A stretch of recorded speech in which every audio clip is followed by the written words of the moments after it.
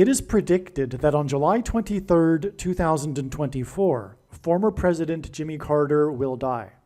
I do realize that no skeptic will believe that predicting the date of Jimmy Carter's death will be anything more than luck or coincidence, given his age of 99 years old and him currently being in a hospice. That is why it is also being predicted that on July 19th, 4 days before the predicted death of Jimmy Carter, whose name is also James Earl Carter, will be the death of James Earl Jones, the voice of the Lion King and the voice of Darth Vader. Jimmy Carter was born in 1924 and will die in 2024 because the 2424th word, 2424th word, in Strong's Greek Concordance is the word Jesus. 4 days is the equivalent of 24 times 240 minutes. Also, 4 days is 2 plus 2 days, and Jimmy Carter has 22 grandchildren. Jimmy Carter, JC, hints at Jesus Christ. James Earl Jones, the voice of the Lion King, who also played King Jaffe Jaffer in the movie Coming to America, is king symbolism. JC, Jesus Christ, is the King of Kings. No rational person will be able to conclude that when James Earl Jones will die on July 19th and Jimmy Carter will die on July 23rd, as predicted, that it will be a coincidence or random luck. The date that this video is posted proves that these predictions are being made ahead of time, as do these time-stamped emails and forensic notes PDF documents. If you are skeptical for some reason, please email me and I will forward these to you. Hello, welcome. I am predicting that former President Jimmy Carter will die on July 23rd and that his prophetic funeral, in which Trump will sit next to Obama, will be on July 28th. I am predicting that James Earl Jones, the voice of the Lion King and the voice of Darth Vader, will die on July 19th. I am predicting that Vice President Kamala Harris will die in a plane crash in St. Louis into Busch Stadium on July 27th. She will be replaced by Michelle Obama. I am predicting that singer-songwriter Paul Simon will die on July 24th. I am predicting that dirty bombs will explode in Manhattan, New York City, and there will be a large-scale evacuation on July 25th. I am predicting that Israel will bomb Iran on July 26th. I am predicting that on July 27th, 2024, the key will open the bottomless pit and fallen angels will cross over into the earthly realm.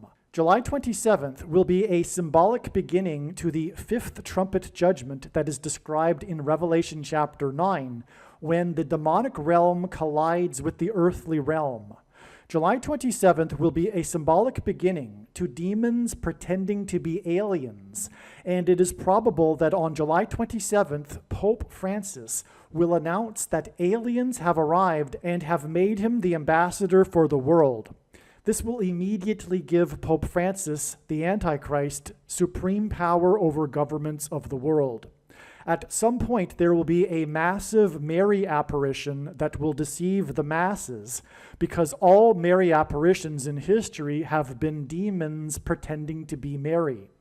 July 27th will be a symbolic beginning to a zombie pandemic and the masses becoming demonically possessed, that will be facilitated through the thing, which is the mark of the Antichrist, and 5G frequencies. July 27th will be a symbolic beginning to the coming genocide politicide in America. I am predicting that on August 2nd, Joe Biden will step down and make Michelle Obama the 47th president. It is predicted that Michelle Obama will make Barack Obama her vice president on August 18th, 2024, and then it is predicted that she will step down and make Barack Obama the 48th president on August 25th. It is predicted that on August 6th, the historic barge that has been stuck on the rocks of the Niagara River for over 100 years will finally break free and crash over Niagara Falls. I am predicting that on August 10th, Israel will nuke and completely destroy Damascus, Syria. I am predicting that on August 29th, President Trump will die from a heart attack. August 13th will be the date of a catastrophic solar flare from the sun that will knock out the power grid in America that will lead to food shortages. August 15th will be the date of the resurrection rapture, the first of two raptures. The second rapture will be on September 5th. The date that this video is posted proves that these predictions are being made ahead of time, as do these time-stamped emails and forensic notes PDF documents. If you are skeptical for some reason, please email me and I will forward these to you. If you have already watched this essential introductory information in another video, you can skip ahead 45 minutes. The information in this video is showing how God was pointing to the date July 1st in regards to the predicted death of James Earl Carter, former President Jimmy Carter. The prediction being made in this video that James Earl Carter or Jimmy Carter would die on July 1st is 100% correct. The information in this video is valid. God was pointing overwhelmingly to July 1st, 2024 with Jimmy Carter connections. Not only is the information in these videos that predicted July 1st valid, it is extremely important and must be watched. Through the connections God used to point to July 1st, God told important stories and revealed essential knowledge. These videos must be watched. July 1st ended up being a step in the trail of signs that is 10 days before Carter's predicted funeral at the National Cathedral on July 11th, 2024. All right, this email here that I'm reading was originally composed the day after July 1st, and God was also pointing to July 6th, and therefore the signs that revealed adding 10 days to July 1st was believed that it was because that would be the day of the funeral, and that July 6th would be the date of Jimmy Carter's death. It turns out that we received amazing prophetic signs on July 6th as well that confirmed all of the analysis for Jimmy Carter, and this will be explained in another video, so make sure you watch all of the Jimmy Carter videos. There will be, for example, a video dedicated to the prophetic signs that God is using to point to the extremely important prophetic sign that will be the funeral. In other words, the biggest part of the signs, the theme that God is using for Jimmy Carter is involving the funeral, and I'll explain why. It has to do with the lineup of the former presidents sitting in the pew at the funeral, okay? And anyway, it is now believed that, well, the signs confirm it as well, including this 10 days. This 10 days that was for adding to July 1st was to get to the date of Jimmy Carter's death, not his funeral, okay? So this is correct, this 10 days, and I, again, will explain how we get this 10 days from the signs that occurred on July 1st. In just a minute, I'll explain that. Okay, and Jimmy Carter's funeral is predicted to be on July 16th, 5 days after. Now, the rest of this paragraph here, I simply speak about how this movie, which was being pointed to on July 1st, this movie named How to Lose a Guy in 10 Days, believe it or not, you'll see this is a movie God pointed to, and believe it or not, if you are new to this, even this concept of God using pop culture, well, get used to it because this is how it works. God is highly involved in the world. That's the thing that surprises people. Even Christians will be shocked to learn how involved God has been throughout the years in history.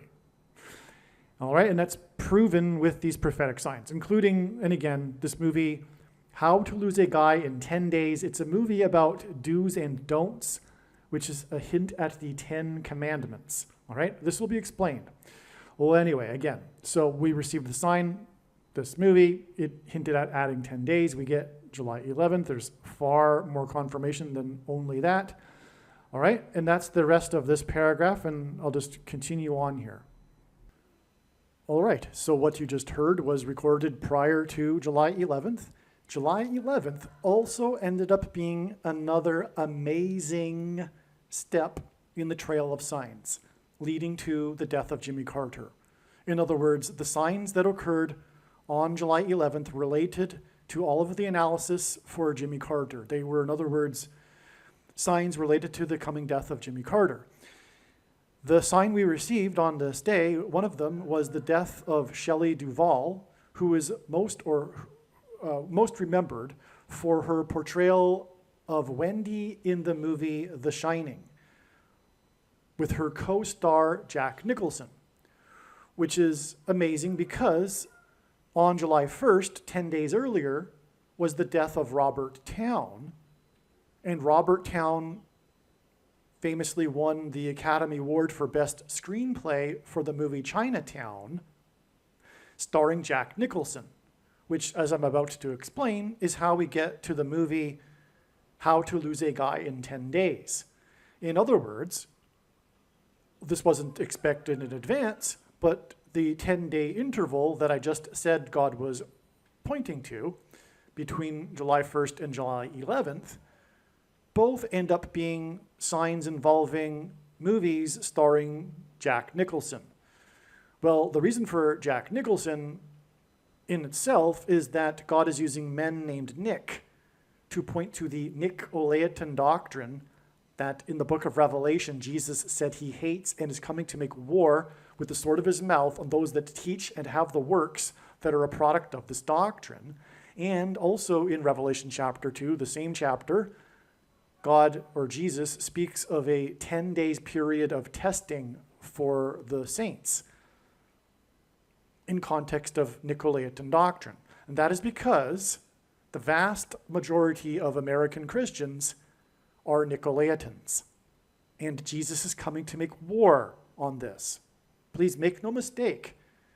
I know far better than you the reason for the purpose of this prediction that is from God for the death of Jimmy Carter. I know what is going on. And the purpose of the prediction is to prove what I am saying, which is that if you are listening to this and you are a Christian, you most likely have the Nicolaitan doctrine.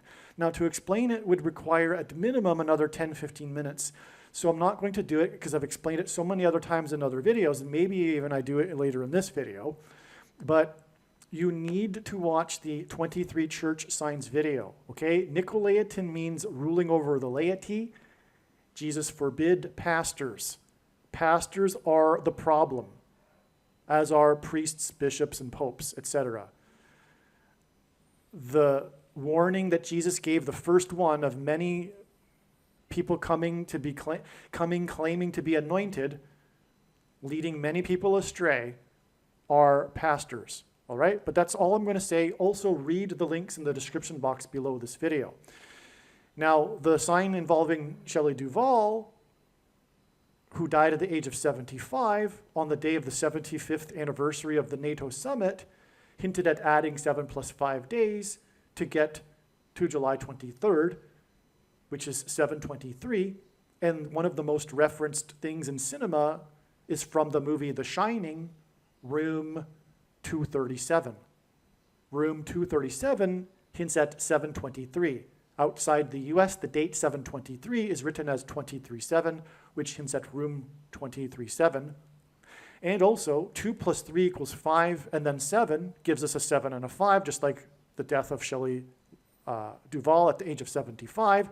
So room 237 also hints at 2 + 3 = 5 + 7 = 12, and it is 12 days after July 11th that we get July 23rd, the date it is predicted that Jimmy Carter will die, and that's also why Shelley Duvall died at the age of 75 on the 75th anniversary of the NATO summit, which also hints at adding 7 + 5 to get July 23rd. Now, trust me, I am only scratching the surface here. I have made an amazing video. It is so profound, you have no idea. I can't exaggerate that. I can't express that enough, okay? And it is titled The Shining Video. I've titled this movie, or this video that's explaining in far more detail than I just have, the signs that occurred on July 11th. And I've titled the video The Shining. It is an absolute must-watch. Of course, the wise person will recognize when the prediction comes to pass that every minute of every video should be watched, including every minute of every Jimmy Carter video. But make sure you watch the Shining video on this channel. And by the way, the reason why every minute of every video should be watched is because it is through these trails of signs and these stories that God is telling through the connections of his prophetic signs that God is revealing very extremely important knowledge, information that everyone needs to know. The question is, how did God point to this movie, How to Lose a Guy in 10 Days? One of the extremely profound ways in which God pointed to July 1st was that it was 1,290 days after the first Israeli took the thing on December 19th, 2020. This was also the day that the leader of Israel, Benjamin Netanyahu, took the thing. In the last verses of the prophetic book of Daniel, there is a mention of a period of 1,290 days following the setting up of a spiritual abomination on the Temple Mount. The Al-Aqsa Mosque on the Temple Mount is a spiritual abomination, as is the Dome of the Rock. In fact, this is a typo. I really, in fact, mean to refer to the Dome of the Rock. The Al-Aqsa Mosque and the Dome of the Rock are the two mosques on top of the Temple Mount, but I'm specifically referring to the Dome of the Rock, the golden dome in the iconic images of the Temple Mount, the mosque with the golden dome. Okay, so the Dome of the Rock on the Temple Mount is a spiritual abomination, and it was completed in 688 AD. 688 AD plus 1,290 years was 1978, the year of the Camp David Accords that were brokered by President Jimmy Carter. The giving back of the Sinai Peninsula to Egypt with the Camp David Accords was an extreme transgression against God. In the prior verse in Daniel, there is a mention of 1,260 days. 688 AD plus 1,260 years was 1948, the year that Israel was reborn after 19 centuries. In other words, the 1,260-day years connection to 1948 is a second witness that confirms the relevance of adding 1,290 years to 688 AD to get 1978, the big year prophetically for Jimmy Carter. And that is why this number 1,290 is relevant with Jimmy Carter and in context of a spiritual abomination, which is why after the first Israeli and the leader of Israel took the spiritual abomination, which is the thing, was July 1st. And this was one, again, of the ways that God was, extremely profound ways in which God pointed to July 1st in regards to Jimmy Carter. Here is the text that I was referring to in Daniel chapter 12, the last chapter of the very prophetic book of Daniel, in the last verses. Here's this 1,290 days I was mentioning. And again, from the prophecy in Ezekiel, where God told Ezekiel to do something for a number of days that it would symbolize a number of years, we know that this can be interpreted as a period of years. And anyway, we are also here in this passage, there is a mention of this abomination, all right? So there's a spiritual abomination happening in this passage in context of the 1,260 days. What I am referring to, of course, is not the primary fulfillment of this prophecy. This is just a symbolic secondary fulfillment that God is using in his big picture of signs. It's very important. We are talking about the mark of the Antichrist, and then 1,290 days later, we get July 1st But that's a parallel with the abomination, because this is talking about the Temple Mount. It's talking about the regular burnt offering, which is what the ancient Jews used to do on the Temple Mount. It's talking about the temple, the Jewish temple, and it's talking about an abomination. And today, the Dome of the Rock sits directly on top of where the former Jewish temple stood. The Jews would love, or the Orthodox religious Jews would love to rebuild the temple, and they can't because the Dome of the Rock is there, because it is an abomination.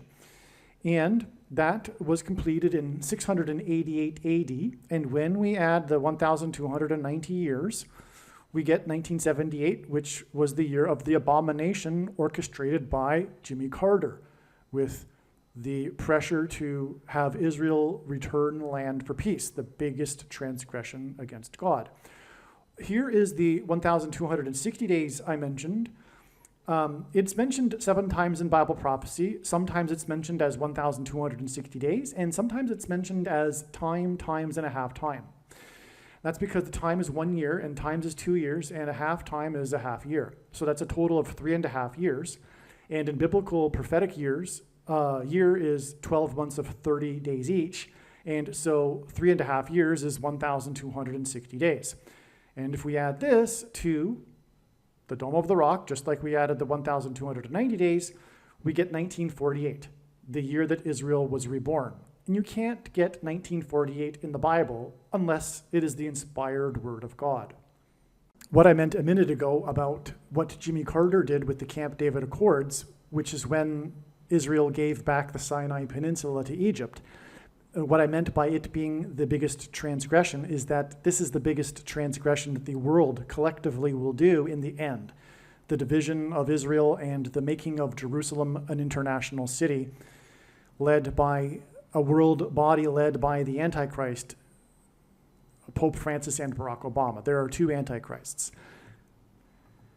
Now, upon further consideration, I need to be more precise about what I said earlier about this 1,290 days that I'm describing not being the primary fulfillment. What really needs to be said is that, contrary to what most people that are interested in Bible prophecy still believe, is that these numbers of days are actually literal, and they are to have a literal fulfillment. They are only symbolic, and they are used in multiple ways. And this is, again, one way. And I would actually say that this is the primary way, because of what is now known, which is that the 1,290 days before the Day of Atonement, the day of the Lord's return, was in 2021. And there was no symbolic beginning. There was a symbolic 1,260 days beginning on May 2nd, 2021, which is explained in other videos. But this is actually a primary fulfillment. And one thing to add to this is because the next verse speaks of this 1,335 days, and what it is referring to is the date, the event of the resurrection rapture. And that will be 1,335 days after the same starting point that we add the 1,290 days to, which again was December 19th, 2020, the date that the first Israeli and the Israeli leader took the spiritual abomination, the mark of the Antichrist. 1,335 days after that date is August 15th, and that will be the date of the resurrection rapture, the first of 2 raptures, the first fruits rapture. The second rapture will be on September 5th. And the prediction being made in this video will prove this, and this is the purpose of this prediction that is from God. Make no mistake, I know far better than you the reason for this prediction. It is to prove that the resurrection rapture event will be on August 15th, 1,335 days after December 19th, 2020. And anyway, this is how important July 1st is. God pointed to this. You'll see as I will explain. And it is, July 1st was 1,290 days after the spiritual abomination in Israel. And also, this is how creative God is. If we think about it, this is one major reason why God established July 1st as a step in the trails of signs that are leading to the death of Jimmy Carter. Like I said, it was clear. God was pointing to July 1st, and you'll see, I'll explain what happened on July 1st, and you will agree. But one reason being for doing that is in order to establish this, what I just mentioned, the extra 45 days. God needed to establish July 1st in order to add the 45 days, which will also be explained, by the way, in these videos. And that could only have come through establishing July 1st and this 1,290 days connection related to Jimmy Carter. In other words, God wanted to establish and prove that the resurrection rapture event will be on August 15th, 1,335 days after the abomination was taken in Israel, the first one. And that needed to be done with this context of the abomination and the 1,290 days getting us to July 1st. So there you have it. That's one reason for what I'm about to be explaining, which is what happened on July 1st. Because of this connection, it was expected that there would be a prophetic sign involving a spiritual abomination and the Antichrist, if Jimmy Carter were to not die on this date. So if Jimmy Carter if it isn't the end of the trail of signs leading to the death of Jimmy Carter, it means that it would be a step, and therefore we would expect a sign involving a spiritual abomination and the Antichrist on this July 1st date. God is demonstrating that Jimmy Carter is symbolic of the first of 7 kings in Bible prophecy. In Revelation chapter 17:11 in the Bible, there is a mention of a series of 7 kings followed by an 8th king. A secondary fulfillment, I should say a secondary symbolic fulfillment of this prophecy, not the primary fulfillment of this prophecy, is Jimmy Carter, who was inaugurated in 77, as in 1977, began a succession of 7 presidents that leads to the identification of the Antichrist, who is the 6th and 8th presidents, and therefore the symbolic 6th and 8th kings in the prophecy. The name Barack Obama is equal to 68 in simple English gematria, which is A equals 1, B equals 2, C equals 3, etc. And therefore, his name in a succession of presidents that begins with Carter, Barack Obama is the 6th president and is predicted to become the 8th president, which is why his name equals 68 in simple English gematria. Trump is the 7th president after Carter was inaugurated in 77, which is why Trump was elected by 77 electoral votes. And on Trump's inauguration day, in the year that ended in the number 7, he was exactly 70 years, 7 months, and 7 days old. 77 days after his inauguration, Trump launched 59 missiles into Syria. 59 is the 7th super prime number. The 17th prime number is 59, and 17 is the 7th prime number, making 59 the 7th super prime number. Ancient Rome was founded after a period of 7 kings that ended in 509 BC, which is why, incidentally, the reason for the 7 kings in this Bible prophecy is it is because the primary fulfillment of it identifies Rome. Okay, so in ancient Rome, it is widely known in ancient history, or rather, it is widely known that ancient history tells us that ancient Rome was founded after a period of 7 kings that ended in 509 BC. 509 hints at 59, the 7th super prime number. At Carter's funeral, the presidents will be lined up in chronological order, which will point to this prophecy in Revelation about a chronological order of 7 kings, followed by an 8th king. Trump, the 7th king, and Obama, the 8th king, are predicted to sit next to each other at Carter's funeral. In the prophecy, it is said that the eighth king was, is not, and will be again. Obama was the president, is not the president, and it is predicted he will become the president again on August 25th, 2024.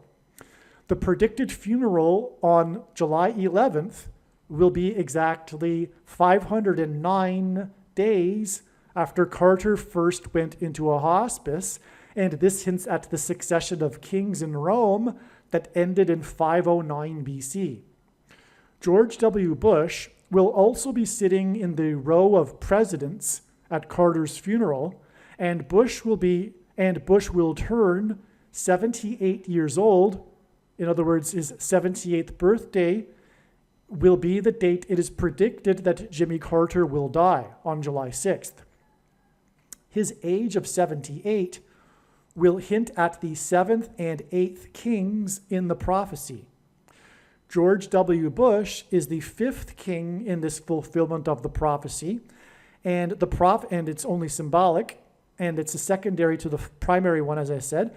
But George Bush was the 5th king after Carter in this fulfillment of the prophecy, and the prophecy speaks of the first 5 kings being similar and having left the scene before the 6th through 8th kings. As mentioned, on July 1st, it was expected that either Jimmy Carter would die or there would be prophetic signs that provided king and spiritual abomination symbolism. On July 1st, the Supreme Court ruled that the president is entitled to immunity from prosecution for official acts of his duties as president. President Biden is not the symbolic 8th king in this prophecy because he is a puppet of Obama's people in the permanent government ruling class of Democrats in Washington, otherwise known as the deep state. In response to the Supreme Court's decision, acting President Biden delivered a speech about how America was founded on the notion that it would not have kings, which is ironic and prophetic because, like everything the left claims these days, the opposite is true, and Biden, the puppet of Obama and his people, is America's first king dictator. Also, in the Supreme Court's dissenting opinion, Justice Sotomayor, Obama's first appointee, said that America now has a king. She used the word king for America's leader on the date it was expected there would be a symbolic Antichrist king sign. Prior to July 1st, we also expected a sign with spiritual abomination symbolism. On this date, famous Hollywood screenwriter Robert Towne died at the age of 89. Robert Towne died on July 1st, this date that we were expecting a spiritual abomination. And he died at the age of 89. Robert Towne died at 89, exactly 1,711 days after the death of famous Hollywood movie producer Robert Evans died at the age of 89. So they both died at the age of 89. 89 is the 24th prime number. These two men worked together in Hollywood, and their two deaths at the age of 89, which hints at the 24th prime number, hints at Jimmy Carter, who was born in 24, as in 1924, and will die in 24, as in 2024. Jimmy Carter's initials, JC, hint at Jesus Christ, and G2424 in Strong's Greek Bible Concordance is the word Jesus. Robert Towne's death on 7/1, July 1st, 7/1, 1,711 days after the death of Robert Evans, hints at the prophecy in Revelation 17:11 about the 7 kings followed by an 8th king. All right, so the 1,711 days hints at Revelation 17:11, which is why Robert Towne died on the day the Supreme Court Justice said that America now has a king. This hints at the coming Antichrist king, who will be defeated by the King of Kings at his second coming in 2024. If the starting date is not included in the calculation, this period of 1,711 days in between the deaths of Robert Evans and Robert Towne is also 1,710 days, and 171 is the 18th triangular number, and 18 is equal to 6 plus 6 plus 6, and 666 is the number of the Antichrist in Bible prophecy. In Bible prophecy, the period of the Antichrist's rule is symbolized by 7 years. Robert Evans is credited with making Paramount Studios a major success after ruling as its chief for 7 years, as in the Antichrist's period of 7 years.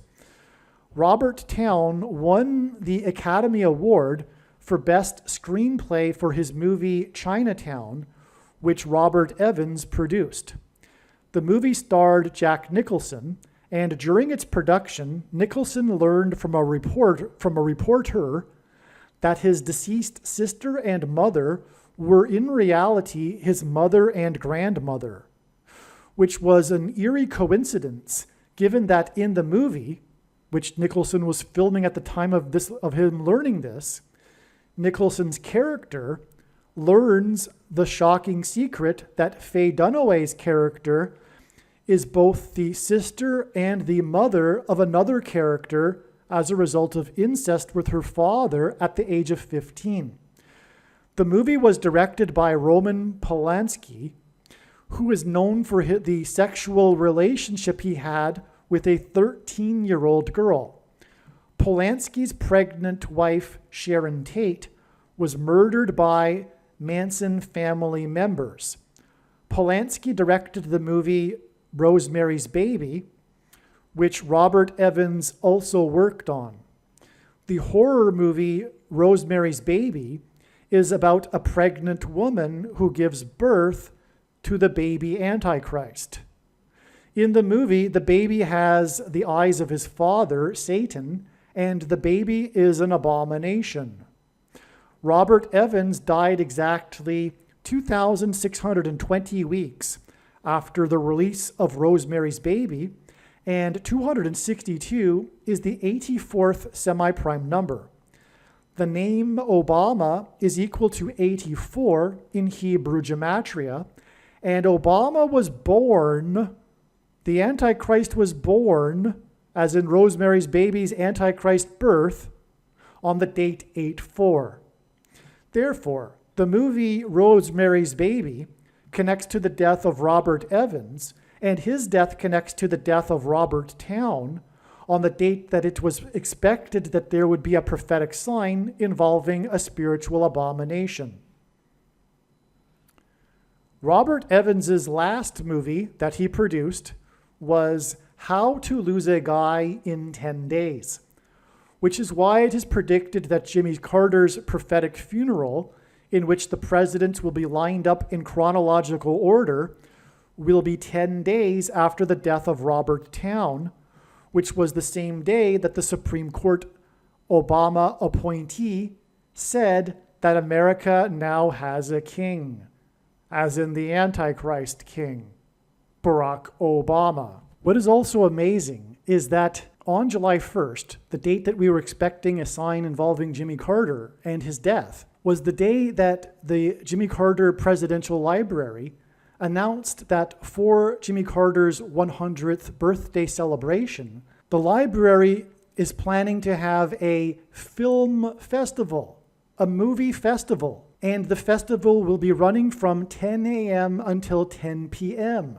which hints at the movies that I just mentioned, including the movie How to Lose a Guy in 10 Days. In other words, the 100th birthday celebration with a film festival hints at the movie How to Lose a Guy in 10 Days. 100 hints at the number 10. What is also interesting too is that Jimmy Carter set up the Georgia State Film Office after the success of the movie Deliverance during the time that Jimmy Carter was the governor. Georgia went on to become a place where movies are made, and this started when Jimmy Carter was the governor of Georgia. Deliverance hints at the deliverance from the Antichrist of God's faithful through JC, which is why Jimmy Carter's initials, JC, hint at Jesus Christ. Robert Towne got his start in movies through working under Roger Corman. Roger Corman is said to be the Pope of pop cinema, the spiritual godfather of the new Hollywood, and the king of cult. Corman is also known for his Poe cycle of 8 movies. These 8 movies were inspired by 8 different writings of Edgar Poe. Roger Corman hints at how Pope Francis is the 7th king, and how a revived Roman Empire is the 8th king in the primary fulfillment of this prophecy in Revelation regarding the 5th through 8th kings. This is why Roger Corman died 58 days before it is predicted that Jimmy Carter will die on July 6th, 2024. In the secondary fulfillment of this prophecy, Obama is the 8th king, and 8 movies in the King of Cults Poe cycle also hints at 4+4 and the 44th president. Robert Towne also wrote the screenplay for the Tom Cruise movie Days of Thunder. The name Barak in Hebrew means lightning. In Luke 10:18 in the Bible, Jesus said that he saw Satan falling like lightning from heaven. The name Barack Obama in Hebrew means lightning from heaven. Barak means lightning, Bama means high place, which in the Bible is a metaphor for heaven, as it is said that Lucifer fell from the high place, and O, in the language Jesus would have spoken, Aramaic, is the word from. And so Barack Obama means lightning from heaven. Either Jesus didn't know what he was saying when he said this, or he knew that there would be a famous president named Barack Obama and said this anyway, knowing that it would confuse us, or he was revealing the identity of the Antichrist. Obviously, the latter option is the only one that makes any sense. Days of Thunder was released on June 27th, 1990, exactly 34 years and 1 month before what is predicted to be 7 Thunders Day on July 27th, 2024. July 27th, 2024 will be a symbolic beginning of the 7 thunders of judgment that are mentioned in the book of Revelation. In other words, 7/27 or July 27th, 2024 will be the beginning of the Days of Thunder. The 7 thunders will be supernatural phenomena such as demons pretending to be aliens and the demonic possession of the masses. 34 years and 1 month hints at 341, the 110th semi-prime number, and 110 is symbolic of the walls of security of Jericho that collapsed in God's judgment. Joshua, who led the Israelites before the walls collapsed, died at the age of 110, and this is why the Twin Towers that collapsed on 9/11 were 110 stories high. 34 years and 1 month is also 409 months, and 409 is the 40 plus 40th prime number, which hints at the 44th president, whose name means lightning. And again, this 409 months is a connection from the release of the movie Days of Thunder. To confirm his signs and connections, God pairs the numbers 23 and 44 together as the 44th president is also the basketball president who wore jersey number 23 in high school. Robert Town's Days of Thunder cost 2 times $30 million, which hints at 23, to make, and it was released 44 days before the release of Robert Town's sequel to his Chinatown movie, The Two Jakes. More than a decade after the release of the movie Chinatown, Robert Town and Robert Evans collaborated again on a sequel named The Two Jakes. It is said that The Two Jakes faced a troubled production and went through several years of development hell. The name The Two Jakes hints at the two Antichrists. The two Roberts that made The Two Jakes further confirms this. A sequel movie is symbolic of the second presidency, a sequel for Barack Obama, the second of the two Antichrists in Bible prophecy. The Two Jakes was directed by Jack Nicholson. This hints at the Antichrist directing the persecution of the saints in order for God to purge them of their Nicolaitan doctrine that the vast majority of quote-unquote Christians hold and practice, and that Jesus said would come to make war on with the sword of his mouth on those that teach and have the works that are a product of this Nicolaitan doctrine. Make sure that you watch the 23 church signs video on this channel and read the links that will be in the description box below this video. The reason for the coincidence in the names of Robert Town winning the Academy Award for Best Screenplay for the movie Chinatown is that Robert Town and Chinatown point to China. China is symbolic of the red dragon in Bible prophecy that is a metaphor for Satan and his representative, the Antichrist. There is another prophecy in Revelation in which the second of the two Antichrists, Barack Obama, is said to speak like a dragon. This is because Barack Obama and his allies on the political left constantly speak lies while accusing their opponents of lying and doing the very things that they are doing, which is textbook communist strategy that Barack Obama learned from his days studying radical, subversive, leftist political strategy. The truth is, Barack Obama was a member of the May 19th Communist Organization, which bombed the Capitol building in Washington in 1983. The organization was disbanded in 1985, the year that Obama moved to Chicago to further pursue radical leftist politics. The purpose of this prediction in this video, that is from God, is to prove what I have just said. The reason why the name China is pointed to through Robert Town and Chinatown is because it hints at the movie The Manchurian Candidate. In the 1962 movie The Manchurian Candidate, the protagonist's name is Marco, and the movie was directed by John Frankenheimer, who was said to be the last of the dictatorial style of directors.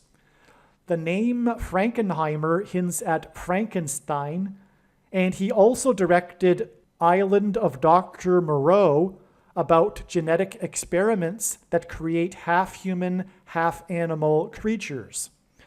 The production of the movie Island of Dr. Moreau is said to have been the most cursed movie ever made, and interesting documentaries have been made about this. The name Marco and Frankenheimer from The Manchurian Candidate hints at the mark of the Antichrist that changes a person's chromosomes, making them an Obama nation, as in abomination. The mark of the Antichrist has inserted snake venom chromosomes into people's chromosomes, which is what is alluded to with the half-human, half-animals in Island of Dr. Moreau. This makes these people an abomination, as in Obama nation. The number 22 is symbolic of the mark of the Antichrist, and Frankenheimer's The Manchurian Candidate cost $2.2 million to make. John Frankenheimer died exactly 22 years before it is predicted that Jimmy Carter will die on July 6, 2024. At Carter's funeral, Joe Biden will sit in the row of presidents, followed by Trump and Obama. Biden and his brain dementia is symbolic of the character in The Manchurian Candidate that is brainwashed by communist operatives within the US government and who isn't fully aware of what he is doing. Obama is symbolic of the communist Manchurian Candidate in the movie The Manchurian Candidate, who is waiting for the death of someone in order to gain the president's office and usher in an authoritarian regime in the US. This awaited death will be the predicted death of Kamala Harris in a plane crash on July 22nd, 2024, which will be 4 times 4 days, which hints at the 44th president, after the predicted death of Jimmy Carter. The movie The Manchurian Candidate was released 446 days after the birth of Barack Obama. 446 hints at the 44th president and the 46th president. And the characters in the movie The Manchurian Candidate point to these presidential candidates. Hello, welcome. Where to begin? For many months now, this channel has been speaking about the date August 13th regarding what God is pointing to as being the date of the solar flare, the catastrophic solar flare that will ultimately send a coronal mass ejection towards Earth that will knock out America's power grid. God has overwhelmingly pointed to this. Words cannot describe how amazing the information is with the multitudes of connections from his big picture of signs that is only being explained on this channel. And that said, at the same time, God has been also overwhelmingly with the most beautiful imaginable connections to this same date, August 13th, as being the date for the first fruits rapture. What do I mean by first fruits? There will be 2 raptures, the harvest of the first fruits and the harvest of the wheat, for those that know what I'm talking about. And the second of the 2 raptures will be on September 5th. And so God has overwhelmingly pointed to August 13th for this as well. But I know God and how he has put together his big picture of signs well enough by now to know that that doesn't necessarily mean that it is the date of the rapture. It is so hard to imagine how God would do this, but I know him now and I know how he works. It seems like, as one friend put it way back in early 2018, overkill, when he pointed to a particular date. In fact, it was the spring equinox. He pointed to that in an overwhelming way, and after we only received a relevant and prophetic sign, we thought it was overkill. But that's because we didn't at that time appreciate that this is how God works. All right, but to say that God is pointing to August 13th with overkill is not really the right way to put it. It's so beautiful, but the reason why I believe now he is pointing to August 13th for the rapture is because it is the day of the solar flare. It isn't the date of the rapture, because the rapture will be on August 15th. Well, actually, to be more precise, I believe it is very likely, in fact, I do believe that it's overwhelming, the evidence, that the rapture will occur on the 15th Israel time and on the 14th US time. All right, so August 14th is in fact the date of the rapture for those in the US. And I believe it will be approximately at midnight, hence the midnight cry in Matthew 25. It is said that solar flares, or rather coronal mass ejections that are a result of solar flares, speed through space, and they take time to reach Earth. The fastest ones take 15 to 18 hours, is what I have read. And so if the solar flare will happen on August 13th, as God is saying it will, through his big picture of signs, and I mean that literally, God is saying that, and it is possible to know these things, as Amos 3:7 says, God does nothing without his servants first knowing. And God is saying that the solar flare will happen on August 13th, but it does take a couple of days, or rather even the fastest ones take a day and a half to reach Earth. And so hypothetically, we can see how easy it is for the rapture to coincide when the coronal mass ejection will hit Earth and the power gets knocked out. And that makes perfect sense. But at the same time, now knowing how God's big picture works of signs, it does make sense that he would point to August 13th in regards to the rapture. But then also confirm that it would be a couple of days later with some other connections, which I'll get into here. And I will be making a lot of videos regarding this information, regarding how God is pointing to August 13th. And there will be these rapture videos talking about the rapture symbolism that is pointing to August 13th, but it won't be, I don't think now, on August 13th. It will be a couple of days later when the coronal mass ejection will hit Earth.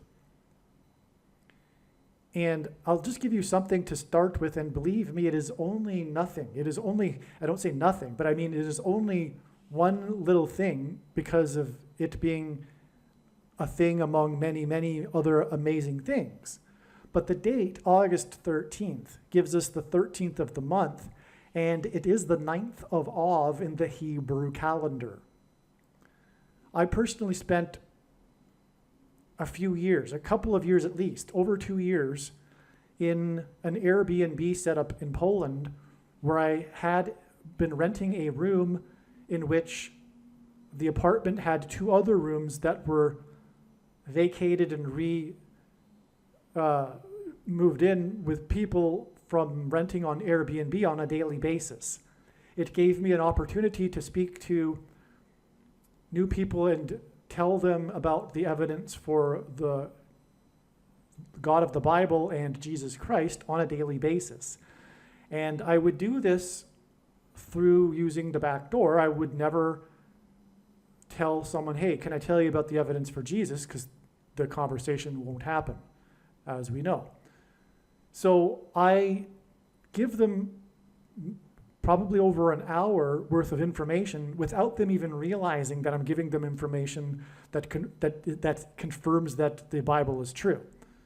But I tell them, I get into this story, I start with the story about how all of the calamities in Jewish history, and for anyone, most people, history is interesting, and especially something like this, because I tell them how, about the coincidence that all of the calamities, and there have been about 12 of them in the last 2,000 years, have all coincidentally started symbolically on this 9th of Av date in the Hebrew calendar. And I tell them how at the end of all of this, it points to Deuteronomy chapter 28, when God said to them, the Jews, as they were entering the promised land, when they reject him in the future, God, chase the Jews around the world from nation to nation by the sword, which is literally what happened. And when the Jews returned to Israel in the 20th century, it was from over 100 countries. They were literally spread out all over the world by being chased around the world by the sword. If we read the text, it's clear that in the prophecy, God is also describing Auschwitz and the Holocaust. It's clear. And just on that note, for just one example, the Grass Action Warsaw policy had an official start date, which was when they rounded up Jews and put them into the ghettos. That memo put forth by the commandant was dated the 9th of Av in the Hebrew calendar. And the date that they first started rounding up Jews and putting them onto death trains to the death camps was also on the 9th of Av in the Hebrew calendar. The reason why for all of these calamities that symbolically began on the 9th of Av is because the first and second temples in Israel, in ancient Israel, were destroyed on the 9th of Av. The Babylonians in the 6th century BC came and destroyed the temple on the 9th of Av. And then the Romans also coincidentally destroyed the temple on the 9th of Av. And the Romans weren't like, hey, let's wait a couple of days because the 9th of Av is coming up and let's do it on the same day that the Babylonians did it. No, and in fact, the history of the Jewish-Roman War had it that just happened to be the day that the Romans finally broke through the walls that around Jerusalem that they had been trying to break through for a number of days. And so anyway, both of the Jewish temples were destroyed on the 9th of Av, and the temple is symbolic of their relationship with God. Okay, and then the first time they were exiled, it was only to Babylon, and then they returned as was prophesied. They returned after 70 years and rebuilt the second temple in the 70th year after their exile to Babylon. But then after the second temple was destroyed by the Romans, they were chased around the world, as was promised, after God said they would reject him. And so this brings the question, well, how did the Jews reject God in the first century prior to the destruction of the second temple in 70 AD by the Romans? Because the calamities, again, in all of the history symbolically began on the 9th of Av, and I could go through the list, but it would take a while.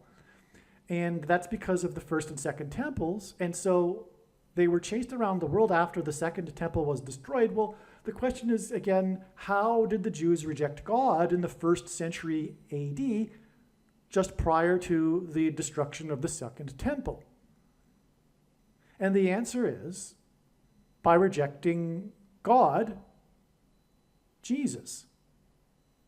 That's how the Jews rejected God, because Jesus claimed to be God, and the Jewish leadership rejected this and had him crucified. And then they were chased around the world for rejecting God, Jesus. And there's no other explanation for how the Jews rejected God in the first century AD before 2nd AD. That's the only explanation that makes any sense. And so as the Jews were being chased around the world from nation to nation on the 9th of Av, God was pointing to the first and second temples that were destroyed on the 9th of Av in order to demonstrate and point to Deuteronomy chapter 28 and their rejection of him, and to point to how they rejected him through rejecting the Messiah, God, Jesus. And by the way, I've had a Jew or a Muslim tell me that Jesus didn't claim to be God, but they are ignorant and have no knowledge at all regarding the New Testament. I can clearly show you the passages where it's very clear that Jesus claimed he was God. And so either Jesus was lying or he was crazy, but no one believes that. Even the atheists say that Jesus was a good person and had wise teachings, so he wasn't a liar or crazy, so obviously he was telling the truth. And anyway, this is only scratching the surface of the evidence for Jesus for anyone that cares to look into it. And that gets us to the purpose of life. It is a test to see who actually cares enough to look into the evidence. And why is that a test? Why is that a relevant test? Because it demonstrates the person's interest in righteousness. Because Jesus claimed to be God and claimed to have died in order for that sin could be atoned for, and so that man could be reunited with God. And so that's why it is said that believing is deemed worthy of being deemed righteous. As it is said in the Bible, Abraham was deemed righteous for having faith and trusting God. And so that's why it is a test. It's essentially a test of righteousness. There are many quote-unquote Christians that will also say that that's where it ends, but it doesn't. It's not intellectually agreeing with a particular doctrine that enables us to be saved.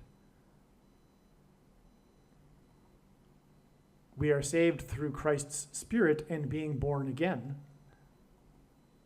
and through, after coming to faith, living out the rest of our life with faith. Faith is a doing, it is an action, which is why the second part of salvation was illustrated with Abraham when he was requested by God to sacrifice his only son, Isaac, at which point God said to Abraham to stop as he was about to do it, as God said to him, "For now I know that you fear me." And in other words, God didn't know prior to this. Contrary to what the Gnostic Calvinists say, things aren't predetermined, and God does not know everything, otherwise we wouldn't have free will. And that's what makes us in his image, is the fact that we have free will. God knows all possibilities, but he doesn't know what we will choose. That's why he said to Abraham he didn't know prior to Abraham following through and trusting God with his faith, with his actions. And so demonstrating our faith like Abraham typically involves risk and sacrifice, which is the purpose of the end times period and the test of faith through the Antichrist for Christians that haven't already yet demonstrated their faith through action that involves risk and sacrifice. And we are called to sacrifice our lives, which most quote-unquote Christians have not done yet. They haven't laid down their life and gone into the ground like a kernel and died, like Jesus said, in order to then grow fruit. Being born again implies a death of the self, but in a literal sense, it's not just something that you say. It's not just something you intellectually agree with.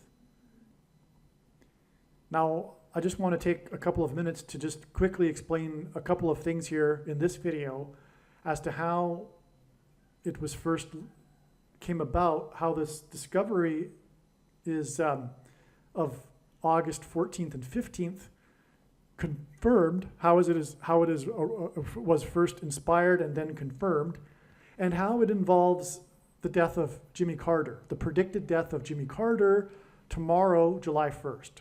Today is June 30th. This video will be posted on June 30th. You will be able to see this in the post date for this video.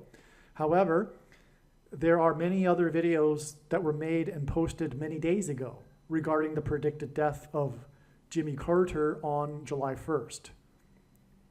So July 1st will be 1,290 days after the first thing, which is the mark of the Antichrist, was given to someone in Israel. Okay? So God has used the first day, the date on which the first American took the thing, okay, which was December 14th, 2020. This date is so very, very important in God's true big picture of signs, patterns, and connections, which is only being explained on this channel. I'll give you one example. The two eclipses, the paths of totality of them, the one in 2017 and the one in 2024, which crossed over each other in the middle of the country and engendered an X over the nation, have point to the dates of these eclipses point to the middle date, which was December 14th, 2020. And this is relevant because X's are a product of two straight lines intersecting each other at their midpoints. Okay, so an X in itself hints at the midpoint. And so the midpoint date of the two eclipses that engendered an X is December 14th. An X is symbolic of the mark of the Antichrist, because the inverse of the mark of the Antichrist described in Ezekiel chapter 9 would have been a Tav letter, a Tav mark, and in ancient Hebrew, the Tav letter was an X. God has confirmed this in so many ways in his signs that X's are symbolic of the mark of the Antichrist. But another main reason why the mark of the Antichrist is symbolized by an X is because an X resembles chromosomes. And it is a person's chromosomes that are changed after they have taken the mark of the Antichrist. Which is why, and what makes it a spiritual abomination. A person's chromosomes are sacred. It's like God warning to not change the Bible in the book of Revelation. God warns to not change a single word in the book of Revelation. It's the same thing. You cannot change a single thing in God's design of his chromosomes for people without it becoming a spiritual abomination.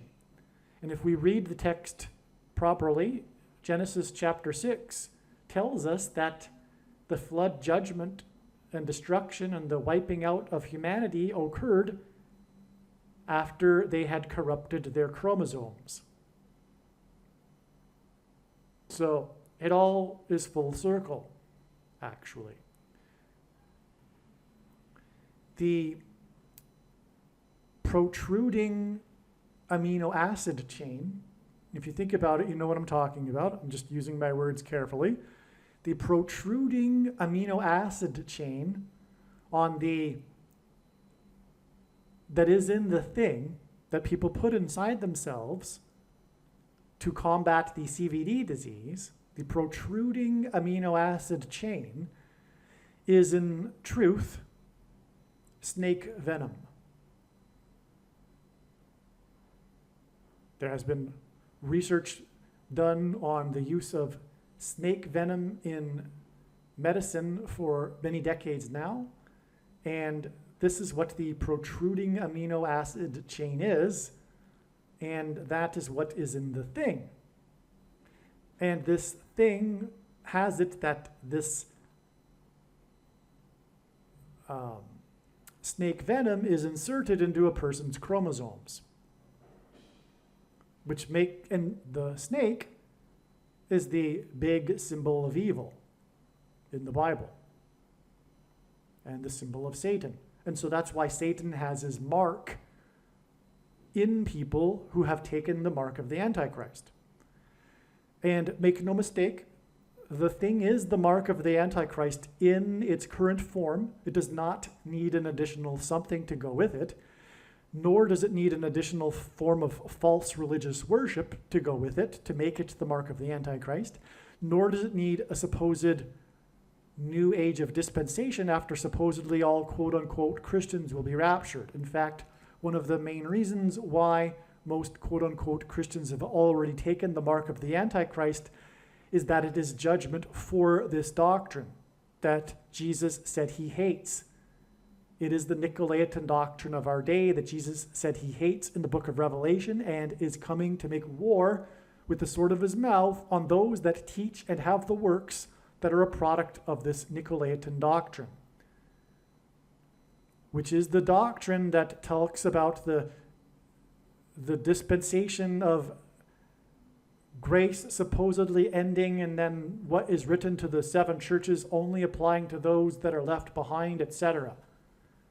Obviously, that is ridiculous because those letters were written to the churches in Asia Minor, but the people that follow the Nicolaitan doctrine simply believe what they want to believe. They do not want to believe what is the Bible clearly saying, and this is just one example. They don't want to believe that what is written to the seven churches applies to them, for example. And so, God hates this. Anyway, in Bible prophecy, a period of 1,290 days is in context of what is described as being an abomination. All right? There is a passage in Daniel chapter 12 that speaks about the setting up of the abomination, and what I am speaking of isn't the literal application for that, but that's how God's true big picture of signs, patterns, and connections works. It's simply symbolism in this context that I'm describing, but nonetheless, 1,290 days appears in context of what, in the same sentence as what is an abomination. And it is an end times thing, this abomination that's being talked about. I won't talk about what it is really talking about literally. We're just talking about this particular connection. And 1,290 days after the first Israeli took the thing, which, if I'm correct, was the day that the leader of Israel took the thing. And I think at the time the leader was Benjamin Netanyahu. And that was December 19th, 2020. Okay? So it was December 14th, the mid-date between the two eclipses, that was the first American, but it was December 19th. Now, December 19th was also the day of another very important prophetic sign involving the Space Dragon, SpaceX's Dragon crew and the Dragon capsule, which will be explained in other videos.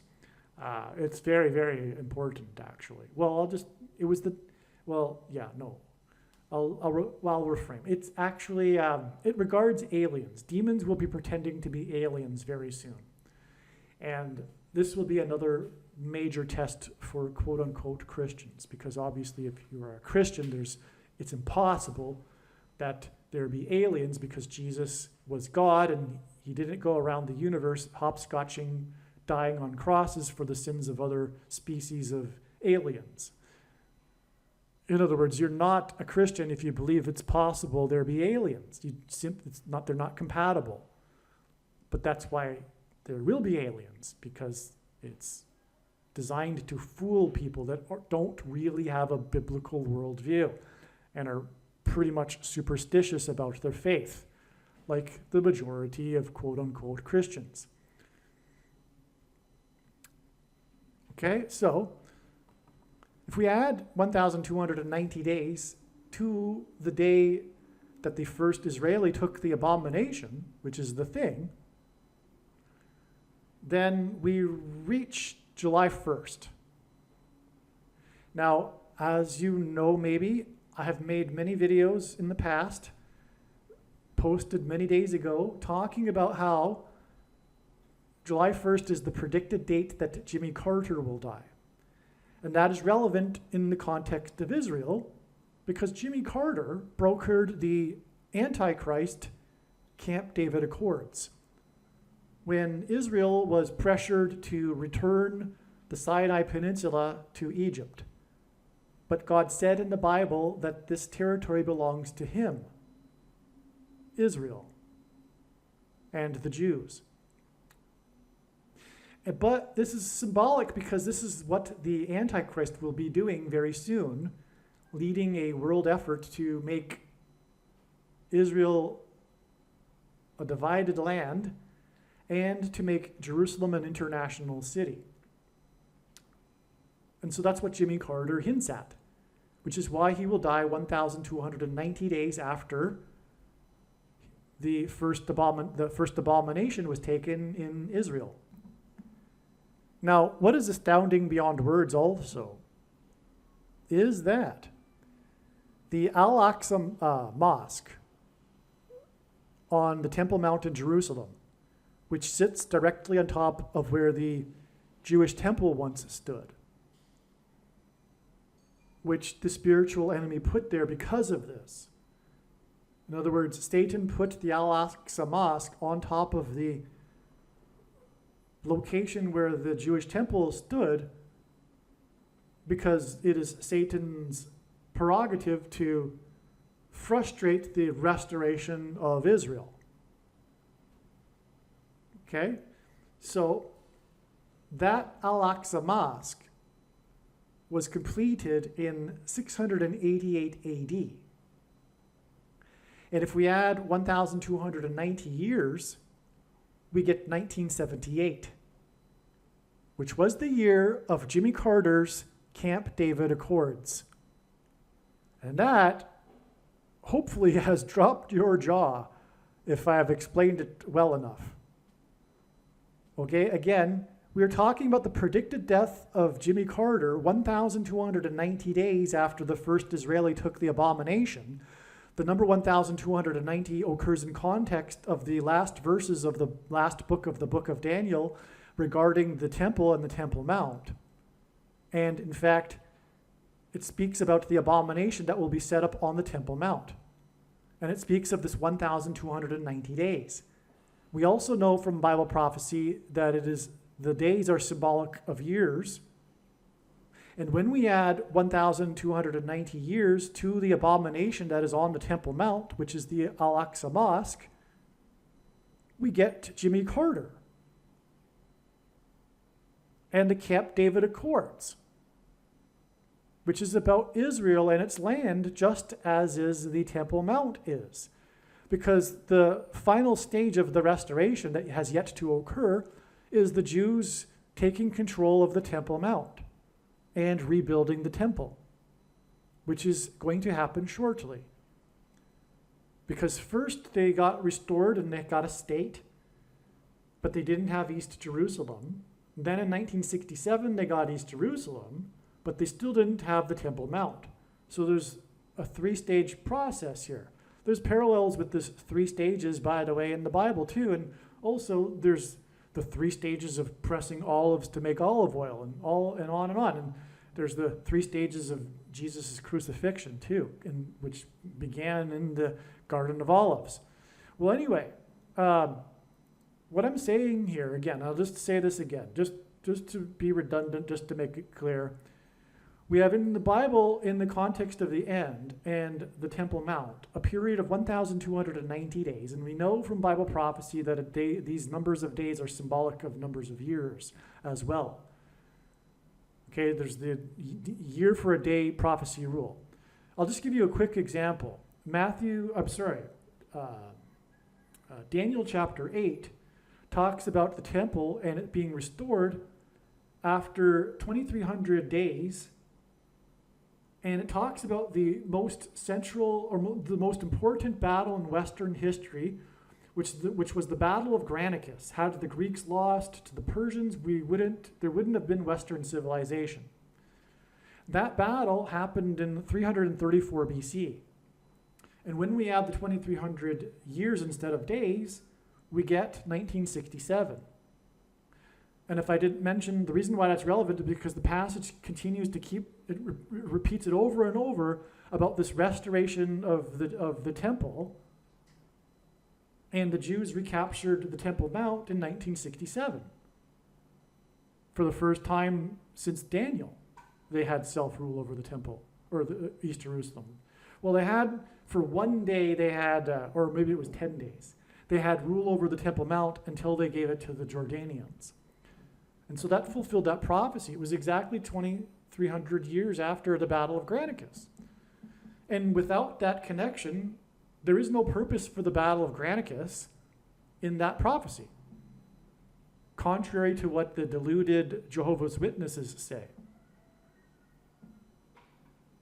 Okay, so we have the year for a day rule in Bible prophecy. Now, this 1,290 days, again, is talking about a spiritual abomination, which we know the primary fulfillment of that is what will happen on the Temple Mount. But the mark of the Antichrist, is also a spiritual abomination. And the thing was taken for the first time in Israel on December 19th, 2020. And when we add 1,290 days, we get July 1st, the predicted date of the death of Jimmy Carter. But the Al-Aqsa Mosque, which is also symbolic of what is coming on the Temple Mount and a spiritual abomination, because it is in itself a spiritual abomination, when that was completed in 688 AD, and when we add 1,290 years, we get 1978, the year of Carter, and the Camp David Accords, which was an abomination. The biggest transgression against God that's described in the end that the nations will do is exactly what Carter did. This dividing of God's land and giving the land back in the name of peace. But there is no peace with the spiritual enemy. You can't make peace with Satan. And that is the spiritual force behind Islam, obviously. And when this prediction comes to pass, it'll prove Christianity, and therefore it will prove what I just said, that Islam is a force from Satan. And that's why you can't make peace with it. And any attempt to make peace simply emboldens the enemy, because they will never stop. Their goal, the goal of Islam, is to destroy God's people, which includes Israel. For anyone new to all of this and perhaps was confused about the conflict in the Middle East, well, there's a reason why you're confused, or there's a reason why you had the wrong beliefs, is because the only way this conflict can be properly understood, like anything in the world, is through a spiritual perspective. As it says in the Bible, the beginning of wisdom is the fear of God, the God of the Bible. And you can't understand this conflict without understanding it from the spiritual perspective. No matter how hard you try, you need to understand what is really going on. And what is really going on is what I just described. And that's why Jimmy Carter was not a man of God. I'm not saying he is not going to make the kingdom. I don't know. But I will say that in God's signs, he is symbolism for the spiritual enemy. And his brand of Christianity in God's signs is not true Christianity. In other words, he was in a way a deceiver, which is why the Democrat Party nominated him, by the way, this obscure governor from nowhere that became the president overnight. It's because they thought it would be a good idea to get this lefty guy that basically has the same values as the secular leftists, but presents himself as a Christian from the South, and so, well, this would be a good image. He's going to get some votes for us that we wouldn't be able to otherwise get, was their thinking. So let's nominate Jimmy Carter because he has our values, but he's a Christian from the South. It'll fool some people. So that's Jimmy Carter. He symbolizes deception, like Satan, the liar, the king of lies. And that's why Jimmy Carter did what he did with the Camp David Accords. He at the very least, he didn't understand God's plan and Bible prophecy, like many Christians today, by the way. Speaking of the Jehovah's Witnesses, just for example, they have what's called replacement theology. They believe that the church replaced the Jews in the prophecy, but God doesn't change his mind like that. What God writes is the way it is. He didn't change his mind after the prophecies were written and the church has replaced the Jews in end times prophecy. That's so out there. But prior to the 20th century, you could be forgiven for believing such a thing because it had been 19 centuries since there had been an Israel. But since Israel has been destroyed, someone that still believes in replacement theology has a serious problem with regards to thinking for themselves and not going along with, anyway, like something like a cult, like leadership, like the Jehovah's Witness organization. 79 times in the New Testament, the word Israel is used, and not once does it refer to the church. All right. Now, getting back to what I was saying and to finish this up here, the 12th chapter of Daniel lists 3 periods of time. The second one is the 1290. And by the way, when we add the first of the three, which is 1260, if we add 1260 years to 688 AD, we get 1948, which is the year of the rebirth of Israel. And so you can't get as clear as day 1948 in the Hebrew Old Testament, written over 2,000 years ago. You can't get the year of the rebirth of Israel and it be an accident. All right? Again, it's clear. For someone who's not Christian, has never opened the Bible, you can open it and go to Daniel chapter 12. And it talks about the end. The title of the chapter is The Times of the End or something to that effect. And it's this last chapter of the very prophetic book of Daniel, and it talks about the end. And it talks about this spiritual abomination that will be set up on the Temple Mount.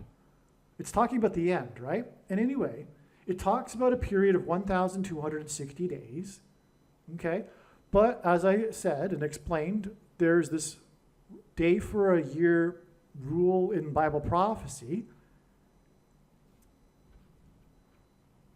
And when we add 1,260 years to the year that the Al-Aqsa Mosque was completed in 688 AD, we get the year that Israel was reborn. And that isn't the only way from the Bible we get 1948, by the way. Just quickly, in Ezekiel chapter 4, God told Ezekiel, and this is where we get the year for a day rule in the prophetic chapter 4, God told Ezekiel to do a certain thing to demonstrate how Israel was going to be punished for 390 plus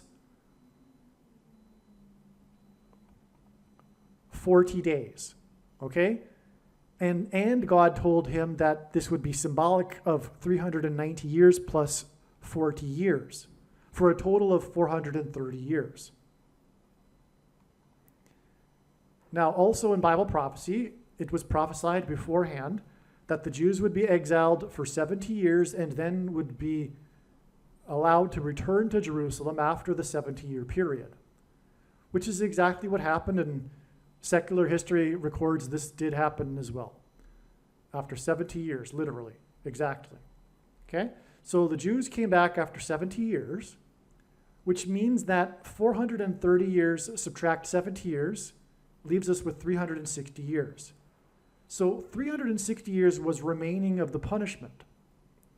Now, in Deuteronomy chapter 28, the chapter I spoke about earlier, in which God spoke to the Jews before they crossed into the promised land, he told them that if they do not repent when they come back, that he will multiply their punishment times 7.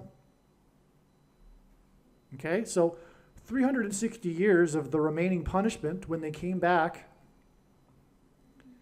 in 536 AD, or BC, we get, so 360 years is the remaining of the punishment at the time that they came back in 536 BC. Okay, so 360 years times 7, though, is 2,520 years. In the Bible, a prophetic year, is 12 months of 30 days each. And when we times out 30 days times 2,520, we get a total of 907,200 days. All right, and that number of days, when we add it to the autumn of 536 BC, we get exactly the spring of 1948. You can do that very simply too by dividing the 907,200 days by 365.25. 365.25 because an average year, because there are leap years in which there are an extra day in the calendar. So 365.25, if you divide that into the 907,200 days, you get 2,484.8 years. All right? Now, if you add, they came back in the autumn of 536, so if you do negative 536.25, all right, because it's 536 years back, plus an extra quarter of a year because you're talking about the autumn, and then you add the 2,400,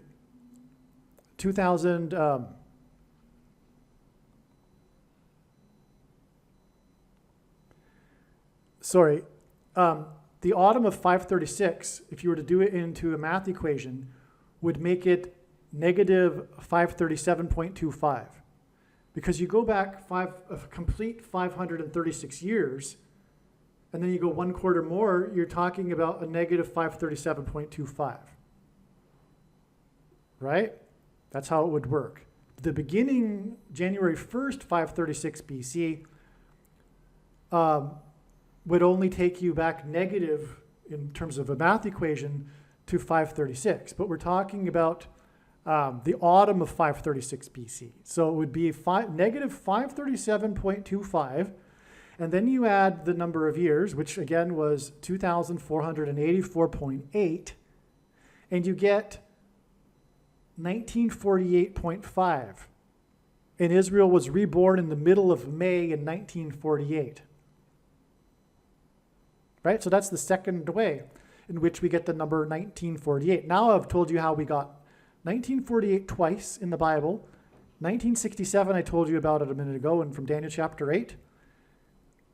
And we're talking about, in this video, the 1,209, the third of the uses of the 1,200 of the three numbers in Daniel chapter 12, 1,290 to give us 1978. And for many years, I thought, that was interesting, but is really God pointing to the Camp David Accords? Well, yes, but the other dates that you get are like the most important years in modern Israel history. The year that they got the nation back in 1948, they became a nation, and then in 1967, which was the year of the Six-Day War, when for the first time in 19 centuries they had rule over their ancient capital. So 1978 doesn't really qualify as high on a scale as those two dates, those 2 years. And so it was debatable as to whether or not how, much God was pointing to 1978, or whether it was just a coincidence that was the year of the Camp David Accords. But when the prediction comes to pass that Jimmy Carter is going to die 1,290 days after the thing was taken in Israel, well, that brings up the 1,290 years connection from the year that the Al-Aqsa Mosque was completed to 1978. This video is, by the way, extremely profound. If you are a Christian, make sure you never ever stop sharing this video on social media. I mean, spend hours every day posting it. Work.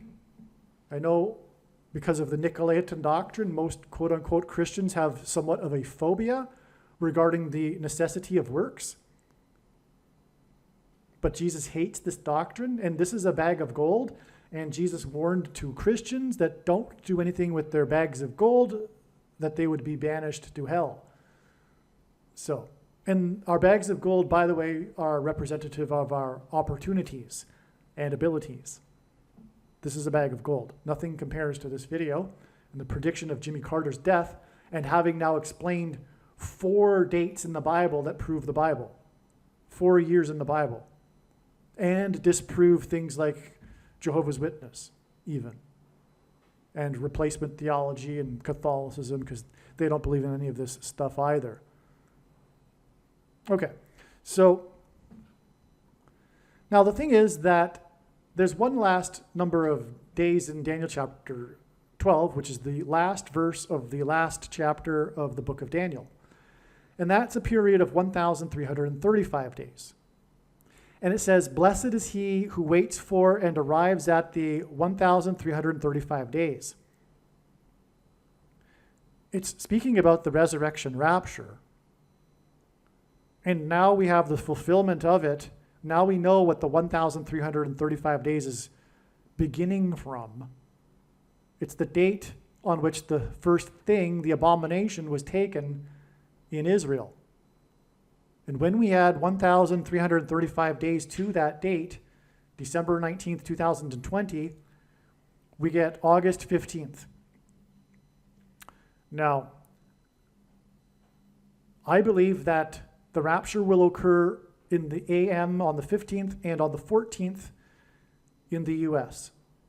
Now, one reason for why I believe that'll be the case is God is using Trump, his trumpet that he has been using to trumpet and highlight his prophetic signs, who was born on a Sabbath day, a Saturday, when in synagogues around the world, the portion of the Torah that was read on that day, because they read a different portion for every Saturday of the year, was the portion from the book of Numbers about God commanding the making of the trumpet.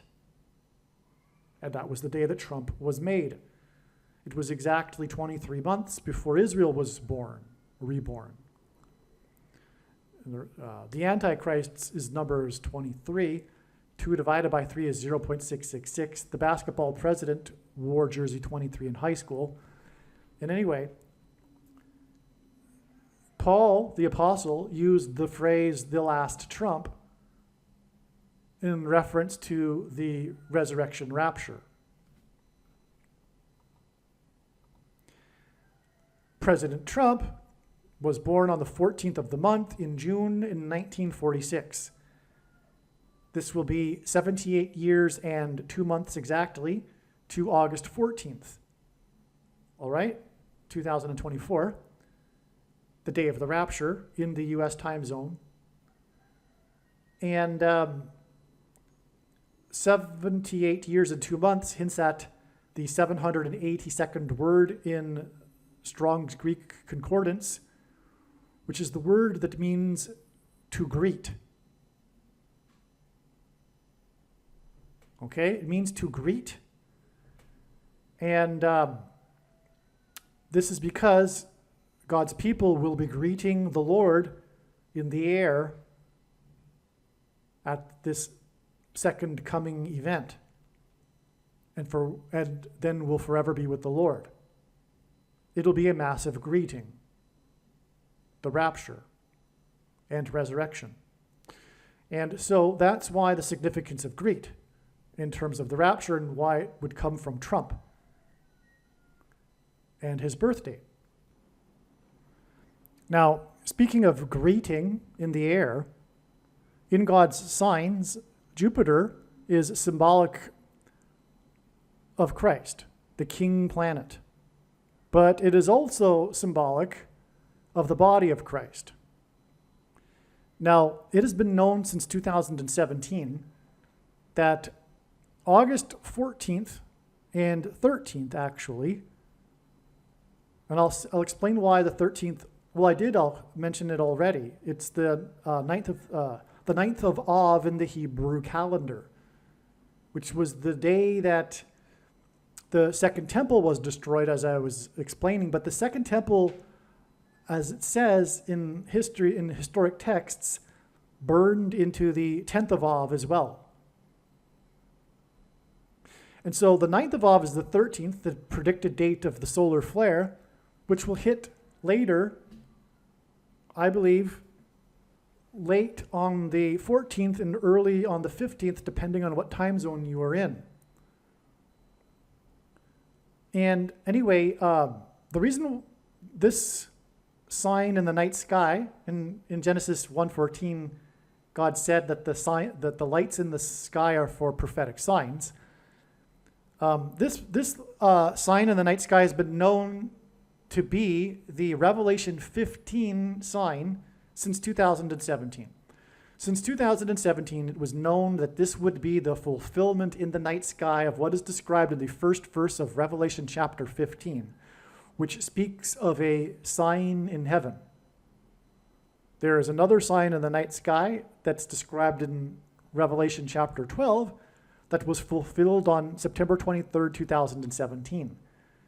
It was the rapture sign, the once in a human history fulfillment, alignment of the stars in the sky, all right, the planets, and that's explained in other videos, and this is the Revelation 15 sign. And one reason it is known, or was known since this time, is that it occurs on the 9th of Av. But the 9th of Av technically begins on the 12th at sunset and goes to the 13th at sunset. And so the 14th and 15th aren't the 9th of Av. This was another reason why I originally thought that the rapture would be on August 13th, because it just seemed logical that it would be on this date, on a significant Hebrew calendar date. But, like I'm saying, it is the day for the fire. Speaking of the burning of the temple that burned into the 10th, we are talking about fire from the sun that's coming. Okay? That's why the sign is the conjunction with Mars. Because Mars is symbolic of war. In ancient astrology, it's symbolic of war and blood. It's the red planet. And this is meaningful. I know, yes, it was ancient astrology, and God isn't into astrology. Are you sure? Do you know what you're talking about? God said that the lights in the sky are for prophetic signs.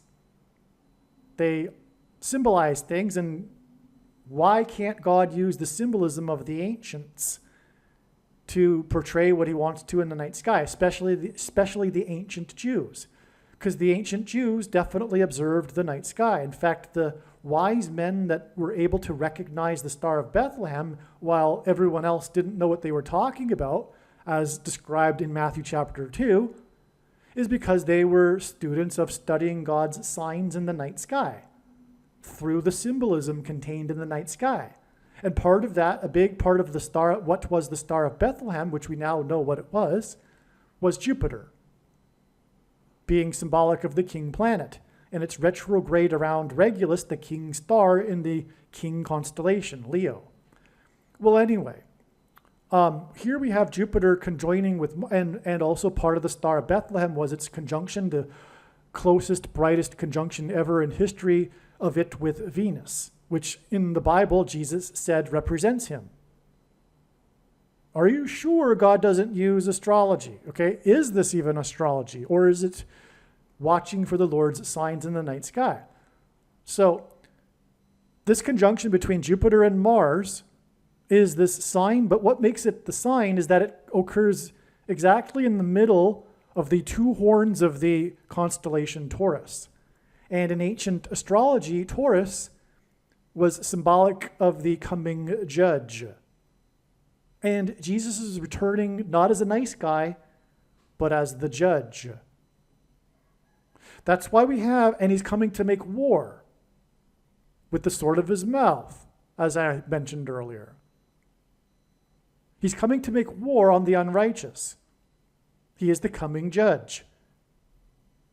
And Jupiter symbolizes Jesus and the body of Christ, which will be raptured on this date of this sign. But he's coming to make war, and that's why it conjoins with Mars in between the two horns of the constellation that means the coming judge. All right?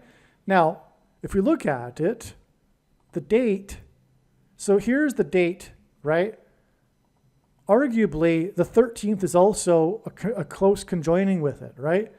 Which is why I thought, I overlooked the fact that it's closest on the 14th and 15th. Depending on what time zone, this time zone is UTC time.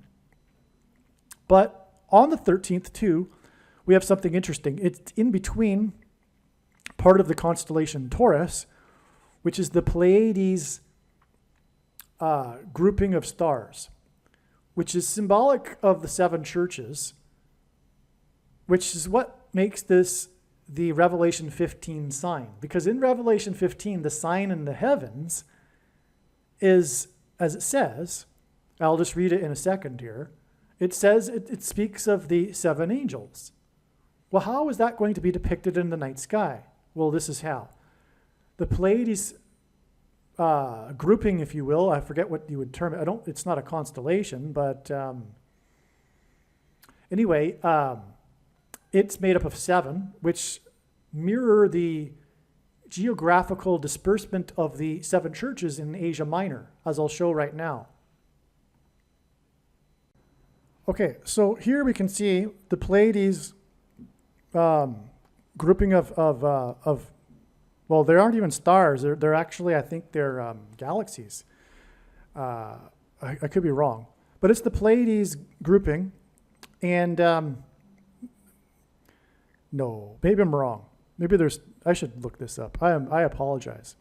It's, I learned this before, I'm sure, and can't remember everything, I guess.